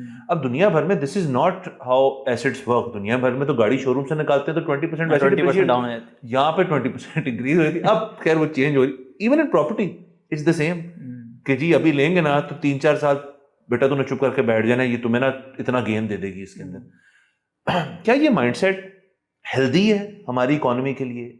आप क्योंकि चीजें आपकी जब इनिशियल आपकी अप्रोच ही है कि मैं एक चीज खरीदूंगा सिर्फ तब खरीदूंगा, सिर्फ तब पैसा लगाऊंगा यार जब मैं बेचूंगा ना तो ये महंगी बिकेगी, ये अनहेल्दी बात नहीं है? नहीं, ये बहुत ज्यादा अनहेल्दी है। और इवन कभी कभी आप सही काम भी कर रहे हो ना, ये जो एंकर होता है ना ऑफ बाइंग प्राइस, ये बहुत डेंजरस है। जैसे हमने पहले कहा कि लोग जो है फैमिलीज में बड़ी खुशी से बताते हैं कि एक प्लॉट मैंने 10 लाख का लिया था 20 साल पहले और 1 करोड़ का हो गया, हालांकि उसमें कुछ भी रिटर्न नहीं बना। तो आपको एक जो अगेन ये रिच वर्सेस पुअर माइंडसेट जो है ना, ये उसमें ये उस साइड पे है कि वो उसको पर ईयर या टाइम के साथ कितना प्रॉफिट हुआ उन दोनों चीज़ों को लिंक नहीं कर रहे। और फिर वही लोग जब करते हैं कि ये कोई चीज़ खरीद दी उसको महंगा बेचने के लिए, ये आप ना उन चीज़ों में करते हैं जिसकी अर्निंग पावर नहीं होती। जैसे आपने गोल्ड लिया, अब गोल्ड ने आपको डिविडेंड तो देना नहीं है, ठीक है, आप उसमें मैक्सिमम यही कर सकते हैं कि कोई और जो है ना आपसे खरीद लेगा महंगा, नहीं पर रखेगा गोल्ड को। हाँ, और इसको ना जो इंटरनेशनल इन्वेस्टिंग है ना उसमें कहते हैं ग्रेटर फूल थ्योरी, कि you just by something in hope कि some bigger fool will come to buy it off you at a higher price। तो ये जो नॉन कैश प्रोड्यूसिंग एसेट्स होते हैं जिसमें प्रॉपर्टी लैंड आ जाती है, गोल्ड आ जाते हैं, ये खुद तो आपको कभी कमा के नहीं देंगे क्योंकि इनकी अर्निंग पावर नहीं है। ये सिर्फ आप सोचते हैं कि कोई हवा चल जाएगी, इसकी प्राइस बढ़ जाएगी, फिर मैं बेच दूंगा। लेकिन जो कंपनीज हैं वो आपको क्वार्टरली, साल या जब भी डिविडेंड देती हैं, टाइम के साथ अपनी वैल्यू बढ़ाती हैं, तो उसमें आपको ये चीज़ नहीं करनी चाहिए। कंपनी अगर लेट से आपने आज 100 की खरीदी है ना, एक एवरेज कंपनी, आप सोचते हैं मैं 1 साल बाद 120 की बेच दूंगा, वो अपनी फेयर वैल्यू ही 100 से 120 पे ले जाती है। हर साल एवरेज 20% प्रॉफिट बढ़ रहा होता है। तो फिर आप 120 पे जब आप बेच रहे हैं, वो तो आप उसको असल प्राइस पे भी बेच रहे हैं, महंगी तो नहीं बेच रहे। आप उसको एक और साल होल्ड करेंगे तो 140 पे चली जाएगी। तो थोड़ा सा अंडरस्टैंड करें, आपने जिस चीज़ में इन्वेस्ट किया ना वो अपनी टाइम के साथ वैल्यू बढ़ा रहा है कि नहीं बढ़ा रहा। अगर तो वो बढ़ा रहा है तो फिर आपको उसको जल्दी नहीं बेचना चाहिए, वो बहुत ज़्यादा कंपाउंड हो सकता है। बिल्कुल। इसकी वॉरेन बफे एग्जांपल है, 1980s में कोका कोला के शेयर लिए, अब उन्होंने जितने की इन्वेस्टमेंट की ना उससे ज़्यादा डिविडेंड आता है सिर्फ, और बाहर को इतना ज़्यादा डिविडेंड नहीं देती कंपनीज, लेकिन वो इतनी अपनी वैल्यू बढ़ाती गई ओवर द इयर्स के कॉस्ट प्राइस की कोई वैल्यू हमने बहुत दफ़ा आपने ये लफ्ज़ हमने जिक्र हुआ है डिविडेंड का। अब अगेन हमें तो एक बुनियादी, मुझे तो बिल्कुल बुनियादी समझे कि डिविडेंड क्या होता है, आपको ज़्यादा पता। ऑडियंस के लिए अगेन ये भी कुछ लोगों को लगता है कि यार हर कंपनी जो है उसने डिविडेंड तो देना ही देना है, हर कंपनी देती है डिविडेंड, नंबर सवाल ये। दूसरा सवाल ये, हर कंपनी अच्छा डिविडेंड देती है, दूसरा सवाल ये। और तीसरा, क्या इसको आप स्टॉक मार्केट के अंदर एडिशनल इनकम कहेंगे या ये पार्ट एंड पार्सल है कि स्टॉक प्राइस आपकी इंक्रीज हुई, आपका पोर्टफोलियो इंक्रीज हुआ है, जो कैश इन हैंड आपको मिलना है इरिस्पेक्टिव कि आप जब बेचेंगे तो आपको मिलेगा, वो जब स्टॉक्स बेचेंगे डिविडेंड कहाँ लाया करता है इस चीज के अंदर? इसकी जो बैक एंड स्टोरी है ना, देखिए जब एक बिजनेस ऑपरेट होता है उसने प्रॉफिट कमाना है, ठीक है, अब वो प्रॉफिट जब कमाएगा, अब उधर जो ओनर्स हैं बैठेंगे सोचेंगे अब इस प्रॉफिट का क्या करना है, ठीक है। अगर तो उस बिजनेस में आपको कोई नया प्रोजेक्ट नजर आ रहा होगा, आप कहेंगे ये कैश है ना मैं री इन्वेस्ट कर देता हूँ, ठीक है। ये लोग अपनी सेविंग्स के साथ भी करते हैं, कोई प्रॉफिट होता है तो सोचते हैं फिर इसको स्पेंड करें या फिर री इन्वेस्ट करें। तो कंपनीज भी ऐसे ही कर रही होती हैं। एक कंपनी है वो प्रॉफिट अर्न करेगी अब फर्टिलाइजर सेक्टर में कहते हैं बहुत ज़्यादा डिविडेंड आते हैं। उसकी वजह ये है कि पाकिस्तान में आप जब तक फर्टिलाइजर प्लांट नहीं लगा सकते जब तक आपको गवर्नमेंट से गैस नहीं मिलेगी। तो जब एक कंपनी को पता है कि अभी गवर्नमेंट मूड में ही नहीं है गैस एलोकेट करने के, तो अभी 5 साल तक तो नया प्लांट लगना नहीं है, तो ये कैश मैं कहीं इन्वेस्ट नहीं कर सकता। राइट। तो वो डिविडेंड देते रहते हैं। इसी तरह कुछ ऐसी कंपनीज हैं जो डिविडेंड नहीं देती, वो नया प्लांट लगा लेते हैं। लक्की सीमेंट की एग्जांपल है। उन्होंने छोटा सा प्लांट था, उससे कमाया, एक और प्लांट लगाया, सीमेंट प्लांट इतने ज़्यादा हो गए कि अब सीमेंट प्लांट लगाने की भी ज़रूरत नहीं थी। उन्होंने पावर प्लांट लगा लिया, आईपीपी लगा ली। फिर दूसरी तरह की कंपनीज में जो है इन्वेस्ट करने लग गए, अब माइनिंग में जा रहे हैं। तो डिविडेंड के बारे में आपने ऐसे ही सोचना है कि एक कंपनी आपने उसमें इन्वेस्ट किया, वो प्रॉफिट कमाया उन्होंने सोचा अभी मुझे इसको अच्छी जगह लगाने की अपॉर्चुनिटी नहीं नजर आ रही, तो मैं अपने पार्टनर्स में बांट देता हूँ, इन्वेस्टर्स। ये हो गया कंपनी लेवल का। अब जो आपके पोर्टफोलियो के लेवल है ना, उस पर आपने सोचना है, आपका लेट से 1 करोड़ रुपए का पोर्टफोलियो, आपको एवरेज जो है ना, आपने एवरेज कंपनीज दी होंगी तो 7-8 लाख का डिविडेंड आएगा। अब आपने सोचना है आप उससे आपने घर का खर्चा भी चला सकते हैं, आप जो है उससे बच्चों की फीस भी पे कर सकते हैं, जो भी आपके रोज़मर्रा के खर्चे होते हैं वो चल सकते हैं। लेकिन अगर आप ऑलरेडी वो अपने कर रहे हैं सैलरी से या दूसरी इनकम से, तो आप इसको री इन्वेस्ट भी कर सकते हैं। सो ये जो डिविडेंड है ना, ये पूरा एक है कैश रिजल्ट है इसका। तो क्या आपके पास ना एक तरह से कैश आ जाता है। ये ऐसे फ्री मनी भी नहीं है। फ्री मनी इसलिए नहीं है क्योंकि कंपनी ने जो प्रॉफिट कमाया है उधर से फिर कैश भी कम हो जाता है बैलेंस शीट पे। तो इसको बस आपने कैश की तरह सोचना है कि आपने एक बिजनेस में इन्वेस्ट किया था, उसने आपको आगे ना थोड़ा सा तोहफा और कैश दे दिया है। अब आपने सोचना है कि अब आपने इसको री इन्वेस्ट करके और ज़्यादा शेयर्स खरीदने हैं या आपने फिर इससे जो है ना खर्चे चलाने। और जाहिर है अगर आप एक कंपनी आपको अच्छा डिविडेंड दे रही है तो आपकी फिर उस कंपनी के साथ एक ताल्लुकात बेहतर है, एक रिटेंशन वैल्यू है कि आप फिर उस कंपनी को छोड़ना नहीं चाहते कि यार मुझे तो डिविडेंड मिलता है इस चीज़ से, तो company would want to give you dividend अगर उनकी कैपेसिटी हो ऑब्वियसली। अच्छा आगे चलते हैं। तो अब हम कुछ आप इधर क्योंकि हैं हमारे पास तो आपसे फ्री एडवाइस भी ले लेते हैं थोड़ी सी। अच्छा अब मैं 2-3 सेक्टर्स के बारे में बात करता हूँ, तो आप मुझे बताएं कि एक एक करके कि इनके आजकल ये अगेन ये वो बातें हैं जो हम ना सोशल मीडिया पे ये ले लें ये तो छोड़ या वो जो हर घर में एक अंकल जी होते हैं जो स्टॉक्स के एक्सपर्ट होते हैं लेकिन पता उनको कुछ नहीं होता, तो वो भी ये बातें करते हैं। तो सबसे पहले बैंक्स के बारे में बताएं कि बैंक्स जो हैं सेफ बेट है, सबसे ज़्यादा सेफ बेट है। और बैंक्स के अंदर अगर आप, मैं नाम नहीं लूंगा यहाँ पे, लेकिन लेट्स से जो पाकिस्तान के टॉप 5 परफॉर्मिंग बैंक्स हैं on balance sheet and other, जो अब तो खैर निज़ाम भी चेंज हो गया, ब्रांचेस की बेसिस पे शुक्र है बैंक की वैल्यू नहीं लगती, अब तो और चीज़ें भी देखी जाती हैं। तो टॉप 5 अगर बैंक्स हों तो आपके क्या ख्याल है उसके बारे में? जी, जो टॉप 5 बैंक्स होंगे उनकी इकोनॉमिक्स अच्छी होती है, और उसके पीछे रीज़न ये होता है कि जितने भी टॉप बैंक्स होते हैं ना, अगर उसमें 100 रुपए के डिपॉजिट होंगे ना, तो एवरेज 35% करंट अकाउंट होंगे। और जो छोटे बैंक्स होंगे ना, उसमें अगर 100 रुपए के डिपॉजिट्स होंगे ना, तो करंट अकाउंट्स होंगे 15 से 20%। और करंट अकाउंट है बैंक के लिए फ्री मनी। आगे वो जो है सेम रिटर्न कमा रहे हैं लेकिन उनकी कॉस्ट बहुत कम है। तो जो टॉप 5 बैंक्स हैं वो बिल्कुल लॉन्ग टर्म में जो है उनके डिविडेंड्स भी अच्छे होते हैं, नेचुरल डिपॉजिट बेस जो है वो भी बढ़ती रहती है। बस इसमें सिर्फ एक रिस्क होता है, लोग सोचते हैं कि जब इंटरेस्ट रेट बढ़ेंगे ना तो बैंक्स को फायदा हो जाएगा, कि उनका प्रॉफिट और बढ़ जाएगा, जैसे अभी हुआ और अब कम होना शुरू हो गया। ये होता है, लेकिन इसके साथ साथ ना आपको वो वाला हेड भी पहनना है जो हमने अभी सारा डिस्कस किया, कि जब इंटरेस्ट रेट बढ़ते हैं ना तो फिर पी रेशो मार्केट का कम हो जाता है। यानी कि बैंक का प्रॉफिट बढ़ जाएगा लेकिन उस पर जो आपको पी रेशो मिल रहा होता है ना, यानी कि अगर 1000 रुपए की अर्निंग्स हैं वो 6000 का शेयर चलेगा या 8000 का चलेगा, उसमें इनका थोड़ा नुकसान हो जाता है। तो अभी लॉन्ग टर्म में बैंकिंग सेक्टर के बड़े अच्छे रिटर्न्स हैं। बस ये कभी कभी इनके कोई स्कैंडल्स या फाइन्स हो जाते हैं क्योंकि अब इंटरनेशनल FATF की काफ़ी रेगुलेशन है, तो काफ़ी सारी पाकिस्तानी बैंक्स के ना इंटरनेशनल ब्रांचेस होती थी, ठीक ठाक उनको $100 of millions के फाइन्स भी हुए। जी हमने वो सिर्फ वो फिर थोड़े रिस्क होते हैं, बट अदर देन इनकी इकोनॉमिक्स काफी अच्छी है बैंकिंग सेक्टर की। अच्छा, अब फर्टिलाइजर के ऊपर आपने काफी बातें बता दी। फर्टिलाइजर इन इटसेल्फ डिविडेंड वाला कंपोनेंट जो आपने बताया अच्छे डिविडेंड देते हैं, वो छोड़ के fertilizers are good, it's a good business to go in. अच्छा, एक मैं इधर मतलब स्टॉक मार्केट को तो लोग ज्यादा सोच रहे हैं ना कि इसमें हम टॉप बिजनेस ओनर्स जो हैं उनके साथ पार्टनर बन सकते हैं। अच्छी चीज ये है, और जो टॉप इन्वेस्टर्स हैं ना दुनिया के, वो इस प्लेटफॉर्म को यूज करते हैं विद देयर नॉलेज, और जो टॉप बिजनेसमैन होते हैं ना उनसे भी ज्यादा कमा लेते हैं। और वो इस तरह कि लेट से आपके पास 20 ऑप्शंस थे, ठीक है, अब गवर्नमेंट ने कोई पॉलिसी चेंज की, लेट से ये गैस बहुत महंगी हुई है पिछले 1 साल में इंडस्ट्री की। अब जो इंडस्ट्रियल यूनिट है जो गैस पे चलता है वो तो बंद नहीं कर सकता ना, वो शिफ्ट कर सकता है, वो 2-3 साल लॉस करेगा, गवर्नमेंट को समझाएगा या कोई नया बिजली का कनेक्शन लेगा, उसका तो प्रॉफिट बिल्कुल वाइप आउट हो जाएगा। लेकिन जो बंदा माइनॉरिटी शेयर होल्डर स्टॉक्स में इन्वेस्ट किया हुआ है, अगर वो उस डेवलपमेंट को समझता होगा, वो फौरन जो है दूसरी कंपनी में शिफ्ट कर देगा। इसी तरीके से फर्टिलाइज़र सेक्टर में जो फर्टिलाइज़र बनता है वो तो बड़ी आसानी से सबका बिक जाता है सेम प्राइस पे सिमिलर, लेकिन जो उनकी कॉस्ट ऑफ प्रोडक्शन है ना वो सबकी डिफरेंट है। कुछ जो है गैस डायरेक्ट फील्ड से लेते हैं, कुछ जो है लोकल गैस पे चलते हैं, कुछ इवन LNG पे चलते हैं। तो इसमें आपको बैक एंड वाली चीज़ें थोड़ी सी समझनी होंगी। इसमें 2 कंपनीज हैं, फातिमा फर्टिलाइज़र और फौजी फर्टिलाइज़र। इनका जिस गैस फील्ड से कॉन्ट्रैक्ट है ना उसकी प्राइस बहुत कम है। राइट।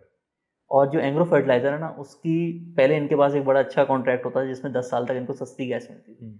तो उस टाइम इसमें आपने देखा होता है जिसको कम कॉस्ट पे प्रोडक्शन हो रही है ना उसमें आपने पार्टनर बनना है। राइट। तो आज के हिसाब से जो है ये दूसरी कंपनीज हैं, बट ये कभी कभी चेंज भी हो जाता है।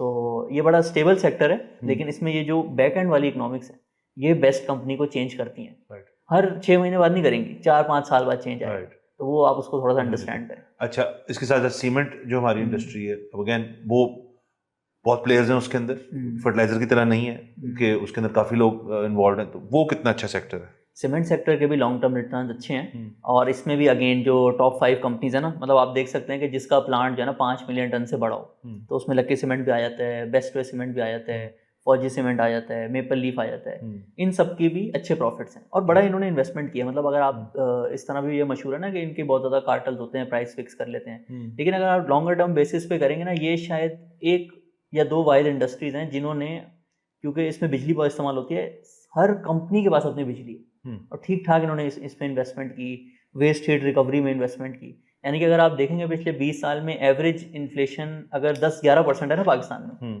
तो जो बैग है ना वो 6% से इंक्रीज हुई है उसकी प्राइस, क्योंकि उन्होंने अपनी कॉस्ट ऑफ प्रोडक्शन नीचे लिया है इन्वेस्टमेंट कर करके। राइट। अभी लास्ट ईयर में लक्की सीमेंट ने विंड और सोलर की मैसिव इन्वेस्टमेंट की है। राइट।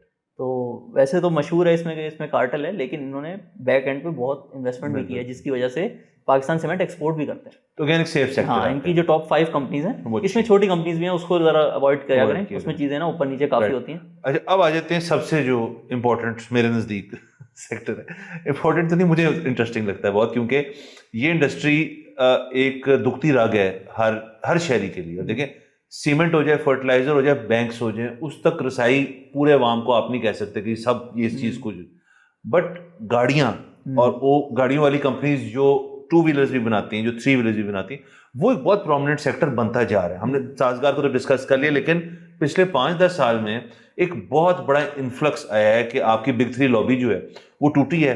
कोरियन ब्रांड आए 2, उसके बाद चाइनीज ब्रांड आए पता नहीं कितने, अब तो गिने भी नहीं जाते। सो अब ये ऑटो सेक्टर जो आपका सारा है, again it's business, is it good business?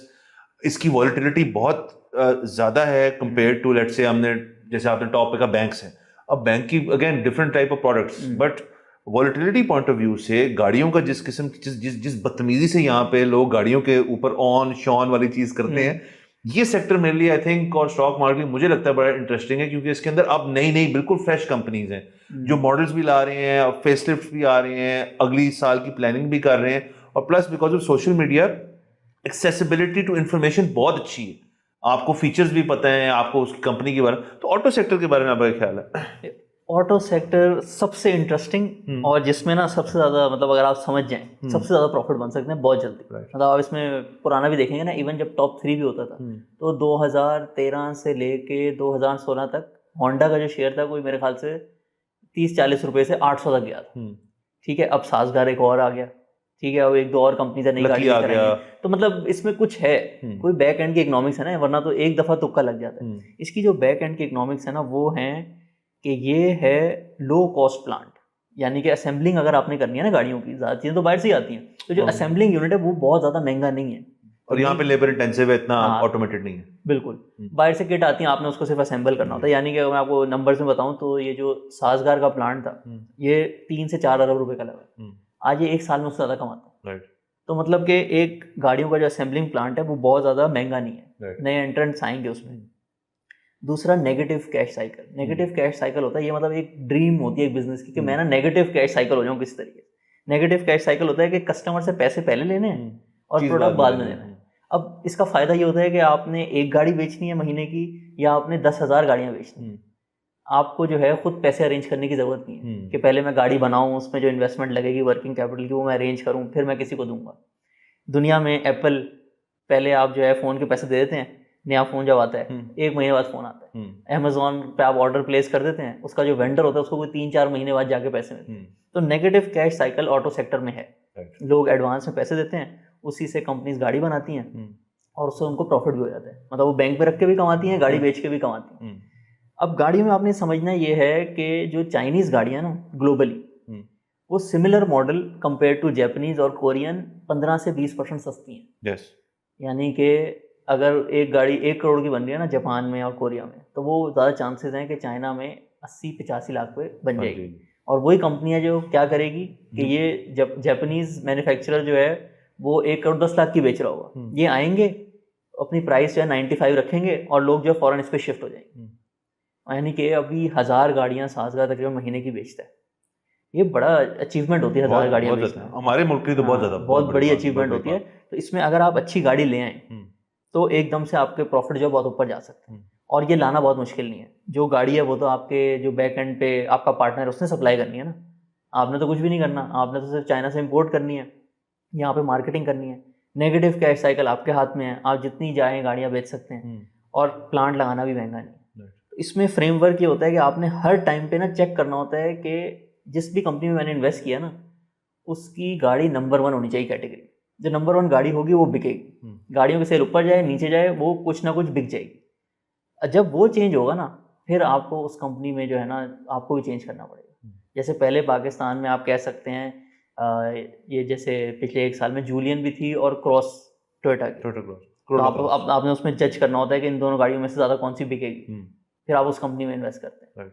इसी तरीके से और भी नई कंपनीज हैं, ट्रक्स लेकर आई हैं। अब पहले पाकिस्तान में एक ही ट्रक होता था पिकअप ट्रक, अब 3-4 हो गए हैं। तो आपने उसमें देखना है, अगर आपको लग रहा है कि एक ट्रक बाकियों से बहुत ज़्यादा बेहतर है और ये कंपनी बहुत छोटी है और इनकी सेल बहुत ज़्यादा हो रही है, तो वो भी फ्यूचर में एक मल्टीवैगर हो जाती है। इसमें हम लोग अपने मास्टर क्लास में सिखाते हैं कि बाकी सेक्टर्स में तो रिसर्च के लिए आपको बहुत चीज़ें पढ़नी पड़ती हैं, लेकिन ऑटो सेक्टर में 80% रिसर्च ये है कि आपने बस जाके ऑनलाइन जो है ना रिव्यूज़ देखने हैं। रिव्यूज देखें या खुद जाके शोरूम चले जाएं, गाड़ी देख लें। इकोनॉमिक्स ही है ना, एक दफ़ा अगर आपकी गाड़ी बिकने लग गई, बैक एंड की इकोनॉमिक्स खुद ही हैंडल हो जाती है। आपको एडवांस भी नहीं चाहिए, कुछ भी नहीं चाहिए, बाहर से गाड़ी आएगी, क्वालिटी कंट्रोल वो लोग करते हैं, जो पूरी दुनिया में फीचर्स होते हैं वो यहाँ पे भी आ जाते हैं। तो आपने सिर्फ ये देखना होता है कि बेस्ट गाड़ी कौन सी है उस कैटेगरी में, वो जिस कंपनी के पास होगी वो कंपनी सबसे अच्छी है। और फिर ऑब्वियसली जितने ग्रुप्स ला रहे हैं गाड़ियाँ यहाँ पे, जैसे लकी वाले लाए किया, अब उनका फोटे तो नहीं है ऑटोमोटिव, फर्स्ट थिंग किया ब्रांड अच्छा है वो ले आए। निशात वालों का भी ऑटो सेक्टर में कोई एक्सपीरियंस नहीं था, हायोंडाई वो ले आए। साजगार वालों का अलबत्ता थोड़ा बहुत था तो वो भी ऑटो सेक्टर में आगे, मास्टर वाले भी ऑटो का एक्सपीरियंस तो वो ले आए। तो ये भी बड़ा आई थिंक ऑटो सेक्टर में मैटर करता है कि यार गाड़ी तो आगे गाड़ी है चाइनीज, फर्ज करें पीछे कौन बैठा है। तो ये आई थिंक लोग अब इस चीज को सवाल पूछना शुरू हो गए हैं और बड़ी अच्छी बात है। अब जैसे सीमेंट सेक्टर है ना, सीमेंट सेक्टर में जो मिनिमम प्लांट साइज होता है ना वो होता है 3 मिलियन टन। इससे जो छोटा प्लांट होगा ना वो बड़ा महंगा होता है, मतलब वो महंगा सीमेंट बनाता है, उसकी इतनी एफिशिएंसी नहीं होती। 3 मिलियन टन का प्लांट तकरीबन $300 मिलियन का लगता है, ऑलमोस्ट 100 अरब रुपए। यानी कि बैरियर टू एंट्री कितना बड़ा है। कितने ग्रुप्स होंगे पाकिस्तान में जो एक न्यू सीमेंट बिजनेस में आ सकते हैं जो आज नहीं है, लेकिन गाड़ियों में ऐसा नहीं है। गाड़ियों में जो है आप 5 अरब के अराउंड जो है एक अपना असेंबलिंग प्लांट जो है ना वो स्टार्ट कर सकते हैं। तो बैरियर्स टू एंट्री नहीं है। बैरियर बिल्कुल। और थे सबसे अच्छी बात है कि मार्केट जो है अब चेंज हो रही है कि मतलब मुझे नहीं लगता था कि मैं अपनी जिंदगी में देखूंगा कि ऑन खत्म हो रहा है। ऑन लोगों को लगता है खत्म इसलिए हो रही है गवर्नमेंट ने बड़ा क्रैकडाउन किया है। ऑन इसलिए खत्म हो रहा है क्योंकि पहले आपके पास 2 गाड़ियों की ऑप्शन होती थी और दोनों पे ऑन होता था, तो फिर कंपटीशन बढ़ गया, चॉइस आ गई, वो गाड़ी वैसी है वो जाके ले लो यार, छोड़ो कहानी छोड़ो। तो अच्छा हो गया कि ये चीज़ हो रही है और आगे जाके और ब्रांड्स भी आ रहे हैं। अच्छा, अब सर लास्टली हम एंड की तरफ जा रहे हैं शो के, तो जरा 1-2 और चीज़ें डिस्कस कर लेते हैं। जो आपके ओवरसीज पाकिस्तानी वो भी PSX में इन्वेस्ट कर सकते हैं ऑब्वियसली, उनके लिए कोई ईज ऑफ डूइंग ये इन्वेस्टिंग की है PSX ने, कोई मतलब डिजिटाइज किया है इसको? क्या ये वही है कि जी वहां से वो फोन उठाएगा, ब्रोकर को फोन करेगा, तो या एक शख्स बाहर जो मुल्क से बैठा हुआ है वो अपना लैपटॉप खोले, उसके अंदर असेसमेंट्स देखे सारी, आप जो आप समझा रहे हैं वो चीज़ करे, अगेन आपके थ्रू भी ये चीज़ प्रॉब्ली कर सकता होगा शख्स, और फिर ओवरसीज को यहाँ इन्वेस्ट करने के लिए क्या एग्जैक्टली चाहिए?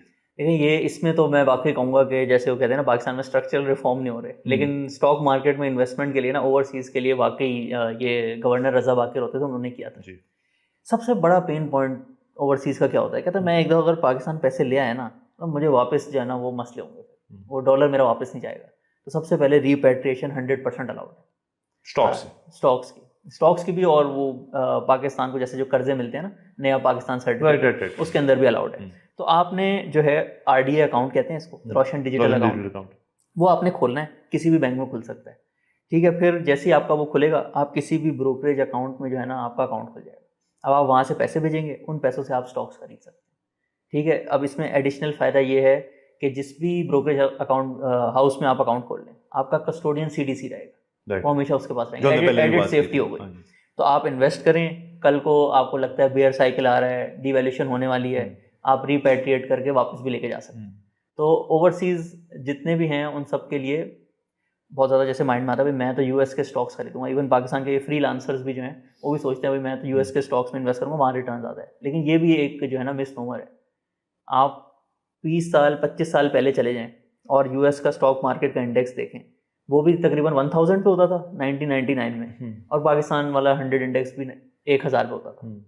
आज वो 7000 पे है, और उसमें आप जो करेंसी की डिवैल्यूएशन हुई है 5 टाइम्स की, उसको ऐड कर लें तो वो तकरीबन कोई 40,000 45,000 पे है। लेकिन पाकिस्तान का जो इंडेक्स है वो 1,30,000 पहुँचा हुआ। तो भले इकॉनमी आपकी उस तरह से तरक्की नहीं कर रही, लेकिन जो यहाँ के बिजनेस ओनर्स हैं उनके प्रॉफिट्स बढ़ रहे हैं। और बेस्ट तरीका है कि किसी भी लेट से किसी ने अपनी सेविंग्स एक्यूमुलेट करनी है, वो ओवरसीज़ है, क्योंकि ओवरसीज़ में भी आपको हमेशा होता है कि कभी ना कभी मैंने पाकिस्तान वापस आना है, तो मैं यहाँ पे जो है कोई प्रॉपर्टी खरीद लूँ या स्टॉक्स में इन्वेस्ट कर लूँ जो मुझे फ्यूचर में डिविडेंड दे देगा। तो उस पॉइंट ऑफ व्यू से आप अपने डॉलर्स भी वापस लेके जा सकते हैं। रिटर्न्स वैसे ही यहाँ पे अच्छे हैं, बुल मार्केट फ्रेमवर्क ऑन होता है, लॉन्ग टर्म के रिटर्न्स भी अच्छे हैं। पिछले 2 साल में जो है आप अगर इसको इस तरह से भी देखें, पाकिस्तान ऑलमोस्ट जो टॉप 5 मुल्क होते हैं जिनमें सबसे ज़्यादा रिटर्न आ रहे हैं उसमें आ रहा है। तो जब इधर के हालात ठीक होते हैं, इंटरेस्ट रेट नीचे आते हैं, तो फिर तो स्टॉक मार्केट तो यूएस वाली भी उसको बीट नहीं कर पाती। लॉन्ग टर्म में भी बड़े अच्छे रिटर्न्स हैं। और जब ये बुल मार्केट फ्रेमवर्क ऑन हो, जैसे अभी भी लोग पूछते हैं कि अगले 2 साल में आपको क्या लग रहा है कि यूएस बेहतर है या फिर पाकिस्तान बेहतर है, जब तक पाकिस्तान के हालात अच्छे हैं, इधर के जो रिटर्न्स होते हैं 30 से 35% एवरेज इन बुल मार्केट, उसको कोई भी बीट नहीं कर सकता। यूएस में एवरेज 10% 8% के रिटर्न होते हैं, और उधर अनसर्टेनिटी बहुत चल रही है आजकल, टैरिफ से रिलेटेड, सारी चीज़ों से रिलेटेड। तो ओवरसीज़ का सबसे बड़ा मसला पहला कि डॉलर वापस नहीं जाएंगे, वो सॉल्व कर दिया। दूसरा कि मुझे आना पड़ेगा, इधर आके वो साइन करने पड़ेंगे, वो भी सॉल्व कर दिया। तो आप, और कस्टोडियन भी जो है सीडीसी है। तो ओवरसीज़ के लिए तो बल्कि हमारे भी काफ़ी ज़्यादा हैं क्लाइंट्स जो बाहर से करते हैं, सऊदी अरेबिया से भी करते हैं, यूरोप से भी करते हैं। आज तक किसी ने कोई कंप्लेन नहीं की कि मुझे कोई प्रॉब्लम हुई जो है ना कोई भी ऑर्डर एग्जीक्यूट करना है, बड़े आसानी से ऐप के थ्रू हो जाता है। Very good. अच्छा, दूसरा आपने बार बार, क्योंकि न्यूयॉर्क स्टॉक, कोई भी इंटरनेशनल स्टॉक एक्सचेंज है पाकिस्तान पीएसएक्स से हट के, एज अ पाकिस्तानी सिटीजन आप बाहर की स्टॉक एक्सचेंजेस में इन्वेस्ट कर सकते हैं? आपको अलाउड है? कौन करता है यहाँ पे? आप करते हैं, को और कंपनीज होती हैं, और कैसे करते हैं? ये एक चीज़ है जो हो रही है यहाँ पे कि आप निसी में कर लें, कहीं और कर लें, नैस्डैक कर लें? लीगली अगेन ये गवर्नर रजा बाकिर के टाइम पे हुआ था, एक लिमिट दी थी कि हर बंदा जो है 1 साल में $1 लाख जो है ना बाहर इन्वेस्ट कर सकता है स्टॉक एक्सचेंज में किसी भी जगह पे। लेकिन अगेन उसमें अप्रूवल्स होते हैं, जब रिजर्व्स कम होते हैं तो जो है इतनी आसानी से बाहर पैसे भेजना जो है वो अलाउ नहीं करते। सो लीगली अलाउ तो है, लेकिन मैं खुद भी आज से 2-3 साल पहले सोचता होता था कि कौन सी मार्केट बेहतर है, कहाँ पे करना चाहिए। तो जब मैंने ये लॉन्ग टर्म रिटर्न्स देखे ना, क्योंकि वैसे तो आप ऊपर से देखो, आप सोचोगे कि यार यूएस की इकोनॉमी इतनी अच्छी है, उसकी जो स्टॉक मार्केट है उसमें पार्टिसिपेशन भी बहुत ज़्यादा है, वो इतनी, उसको ग्लोरीफाई भी किया जाता है, सेलिब्रेट भी किया जाता है। लेकिन जब आप रिटर्न्स देखेंगे तो पाकिस्तान की सबसे ज़्यादा बेहतर है इन डॉलर टर्म्स। पिछले 10 साल भी अगर देखें तो यूएस में एप्पल ने बड़े अच्छे रिटर्न दिए। अब पाकिस्तान में 2-3 कंपनीज हैं जिन्होंने डॉलर में उससे ज़्यादा रिटर्न दिए हैं। मिज़ान बैंक ने दिए हैं, मारी पेट्रोलियम ने दिए हैं, 1-2 और कंपनीज भी हैं जिन्होंने पिछले 10 साल में डॉलर में यूएस की टॉप कंपनीज को भी बीट किया। तो कॉन्सेप्ट ऑफ बेस्ट इन्वेस्टमेंट के हिसाब से जब यहाँ पे रिटर्न्स अच्छे नहीं आ रहे हो, बेयर मार्केट में आप जा रहे हो, उस वक्त आप उसको एक्सप्लोर कर सकते हैं। लेकिन उससे पहले जब यहाँ पे हालात ठीक हैं और यहाँ की कंपनीज अंडर वैल्यूड हैं, तो मेरे हिसाब से ये मुल्क ज़्यादा अच्छा है रिटर्न कमाने के लिए। Right, okay. लास्टली सर 2 सवाल। एक तो ये कि हमारे यहाँ पे एक और कल्चर है, एक रुझान है कि जी अकाउंट खुलवाओ तो सेविंग्स भी 60 खुलवा लो, क्योंकि आप कुछ पैसे वहाँ पार्क करते जाओ और आपको जो उसके ऊपर इंटरेस्ट है उसके ऊपर आपको जो अच्छा बैंक रेट दे देगा, उसके बाद आपके पैसे इकट्ठे होते रहेंगे। एक शख्स जिसको घर से, दोस्तों से, सबसे बुजुर्गों से पता चल रहा है कि यार सेविंग अकाउंट में डाली जाओ पैसे, इट इज़ द सेफेस्ट, वो शायद बात सच भी हो, उसके अंदर रिस्क बहुत मिनिमाइज्ड है ही नहीं, उस जैसे शख्स को उठा के आप स्टॉक मार्केट में आप कैसे लाएंगे? देखिए, एक तो कुछ पोर्शन ऑफ योर सेविंग आपको बिल्कुल लिक्विड रखना चाहिए। इसको इमरजेंसी फंड भी कहते हैं। कि एक बंदा लेट से उसकी जॉब चली जाएगी, अगले 6 महीने के खर्चे जो है ना आपके बिल्कुल होने चाहिए, या सेविंग अकाउंट में हो या ये जो लो रिस्क म्यूचुअल फंड होते हैं वो भी इसी की तरह रिटर्न दे रहे होते हैं, आप उसको बिल्कुल रखना चाहिए। लेकिन उसके बाद जो आपकी वेल्थ है ना, उसमें पैसे से जो पैसे बनाने वाली चीज़ है ना, वो आपको करनी होगी। रिच माइंडसेट वाली साइड पे आना होगा, क्योंकि अगर आप बैंक में पैसे रखेंगे तो वो तो उतना ही रिटर्न देगा जितनी इन्फ्लेशन है। मतलब अगर इसको आप पिछले 25 साल पे देखें तो बैंक में अगर आपने पैसे रखे होते हैं, आपका 1 लाख जो है ना वो 12 लाख तो हो जाता है, लेकिन रुपए की वैल्यू कितनी गिर गई है, तो फिर तो आप एक तरह से कुछ भी नहीं कर रहे ना, कुछ कमा ही नहीं रहे। तो कुछ पोर्शन आप रखें, बिल्कुल उसमें रखें, फिर देखें आपके लॉन्ग टर्म में कौन सी चीज़ आपको सबसे ज़्यादा रिटर्न देती है। क्योंकि अब आपने कुछ सेविंग की है, उस पर भी आपको अच्छा रिटर्न कमाना है। उसमें आप फिर डिफरेंट एसेट्स एक्सप्लोर करें, स्टॉक्स को एक्सप्लोर करें। 2 चीज़ें हैं सिर्फ, मैंने अपने पूरे 4-5 साल की जर्नी में हज़ारों लोगों से ज़्यादा ही बात की होगी, सिर्फ 2 चीज़ें लोगों को घबराहट देती। फर्स्ट होता है कि ये जो बुल मार्केट और बेयर मार्केट वाली चीज़ें लोगों को समझ नहीं आती, गलत टाइम पे ख़रीद लेते हैं, और जो चीज़ें जब नीचे जाती हैं, इंटरेस्ट रेट ऊपर जाते हैं, डिवैल्यूएशन हो जाती है, फिर सस्ते बेच के निकल जाते हैं और फिर कहते हैं कि स्टॉक मार्केट बुरी है, मैंने तो 2 साल के लिए इन्वेस्ट किया तो मेरा लॉस हो गया। ठीक है, फर्स्ट इस चीज़ को आपने नहीं करना, आपने एक प्लान बनाना है जो कि आपने फॉलो करना है। बुल मार्केट हो, बेयर मार्केट हो, आपने जो है थोड़ी थोड़ी सेविंग्स करते रहना है। अगर आपकी थोड़ी सी सेविंग ज़्यादा एक्यूमुलेट हो गई हैं तो आप फिर किसी फाइनेंशियल एडवाइजर से इस particular bull market bear market को कैसे टाइम करते हैं वो आप सीख सकते हैं। ये पहली चीज़ होती है जिसमें लोग गलती करते हैं। दूसरा, फिर लोग ना कंपनी को बस देखते हैं कि ये एक चीज़ है जिसकी 100 रुपये कीमत थी, कभी 105 रहती है, कभी 95 रहती है, उसका बैक एंड का बिजनेस नहीं समझते। उसके अगर आप बैक एंड की बिजनेस समझ लेना, फिर जब वो नीचे जाता है या थोड़ा सा ऊपर जाता है, दोनों टाइम पे आप सेल नहीं करते, क्योंकि आपको उसकी असल वैल्यू पता होती है। इसके लिए हम लोगों ने पूरा आज से ना 6 महीने पहले फैसला किया कि ये जो है ना 70% ऑफ द प्रॉब्लम है, लोग बिजनेसेस को सही अंडरस्टैंड नहीं करते और उसको सिर्फ एक पीस ऑफ पेपर की तरह ट्रीट करते हैं। तो उसके लिए हम लोगों ने ऑलमोस्ट अब 15 कंपनीज हो गई हैं जिनकी डिटेल्ड वीडियोज़ में अपने यूट्यूब चैनल पर बनाई हुई हैं।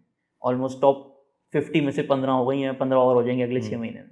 तो आप वो वीडियोज़ देखें, जो भी कंपनी आपको घबराहट देती है उसके बारे में देखें। आप लेट से आपने शॉर्ट लिस्ट की हैं 8-10 कंपनीज, उनकी वीडियोस देखें, जो आपको थोड़ी ज़्यादा समझ आती है, जो आपको अच्छी लगती है, उसमें आप अपनी जर्नी स्टार्ट करें। तो कुछ परसेंटेज ऑफ योर सेविंग्स आपको बिल्कुल इमरजेंसी फंड में रखना चाहिए, फिर बाकी जो है वो आपको फिर स्टॉक्स में और दूसरी चीज़ों में इन्वेस्ट करना चाहिए ताकि वो ग्रो बिल्कुल।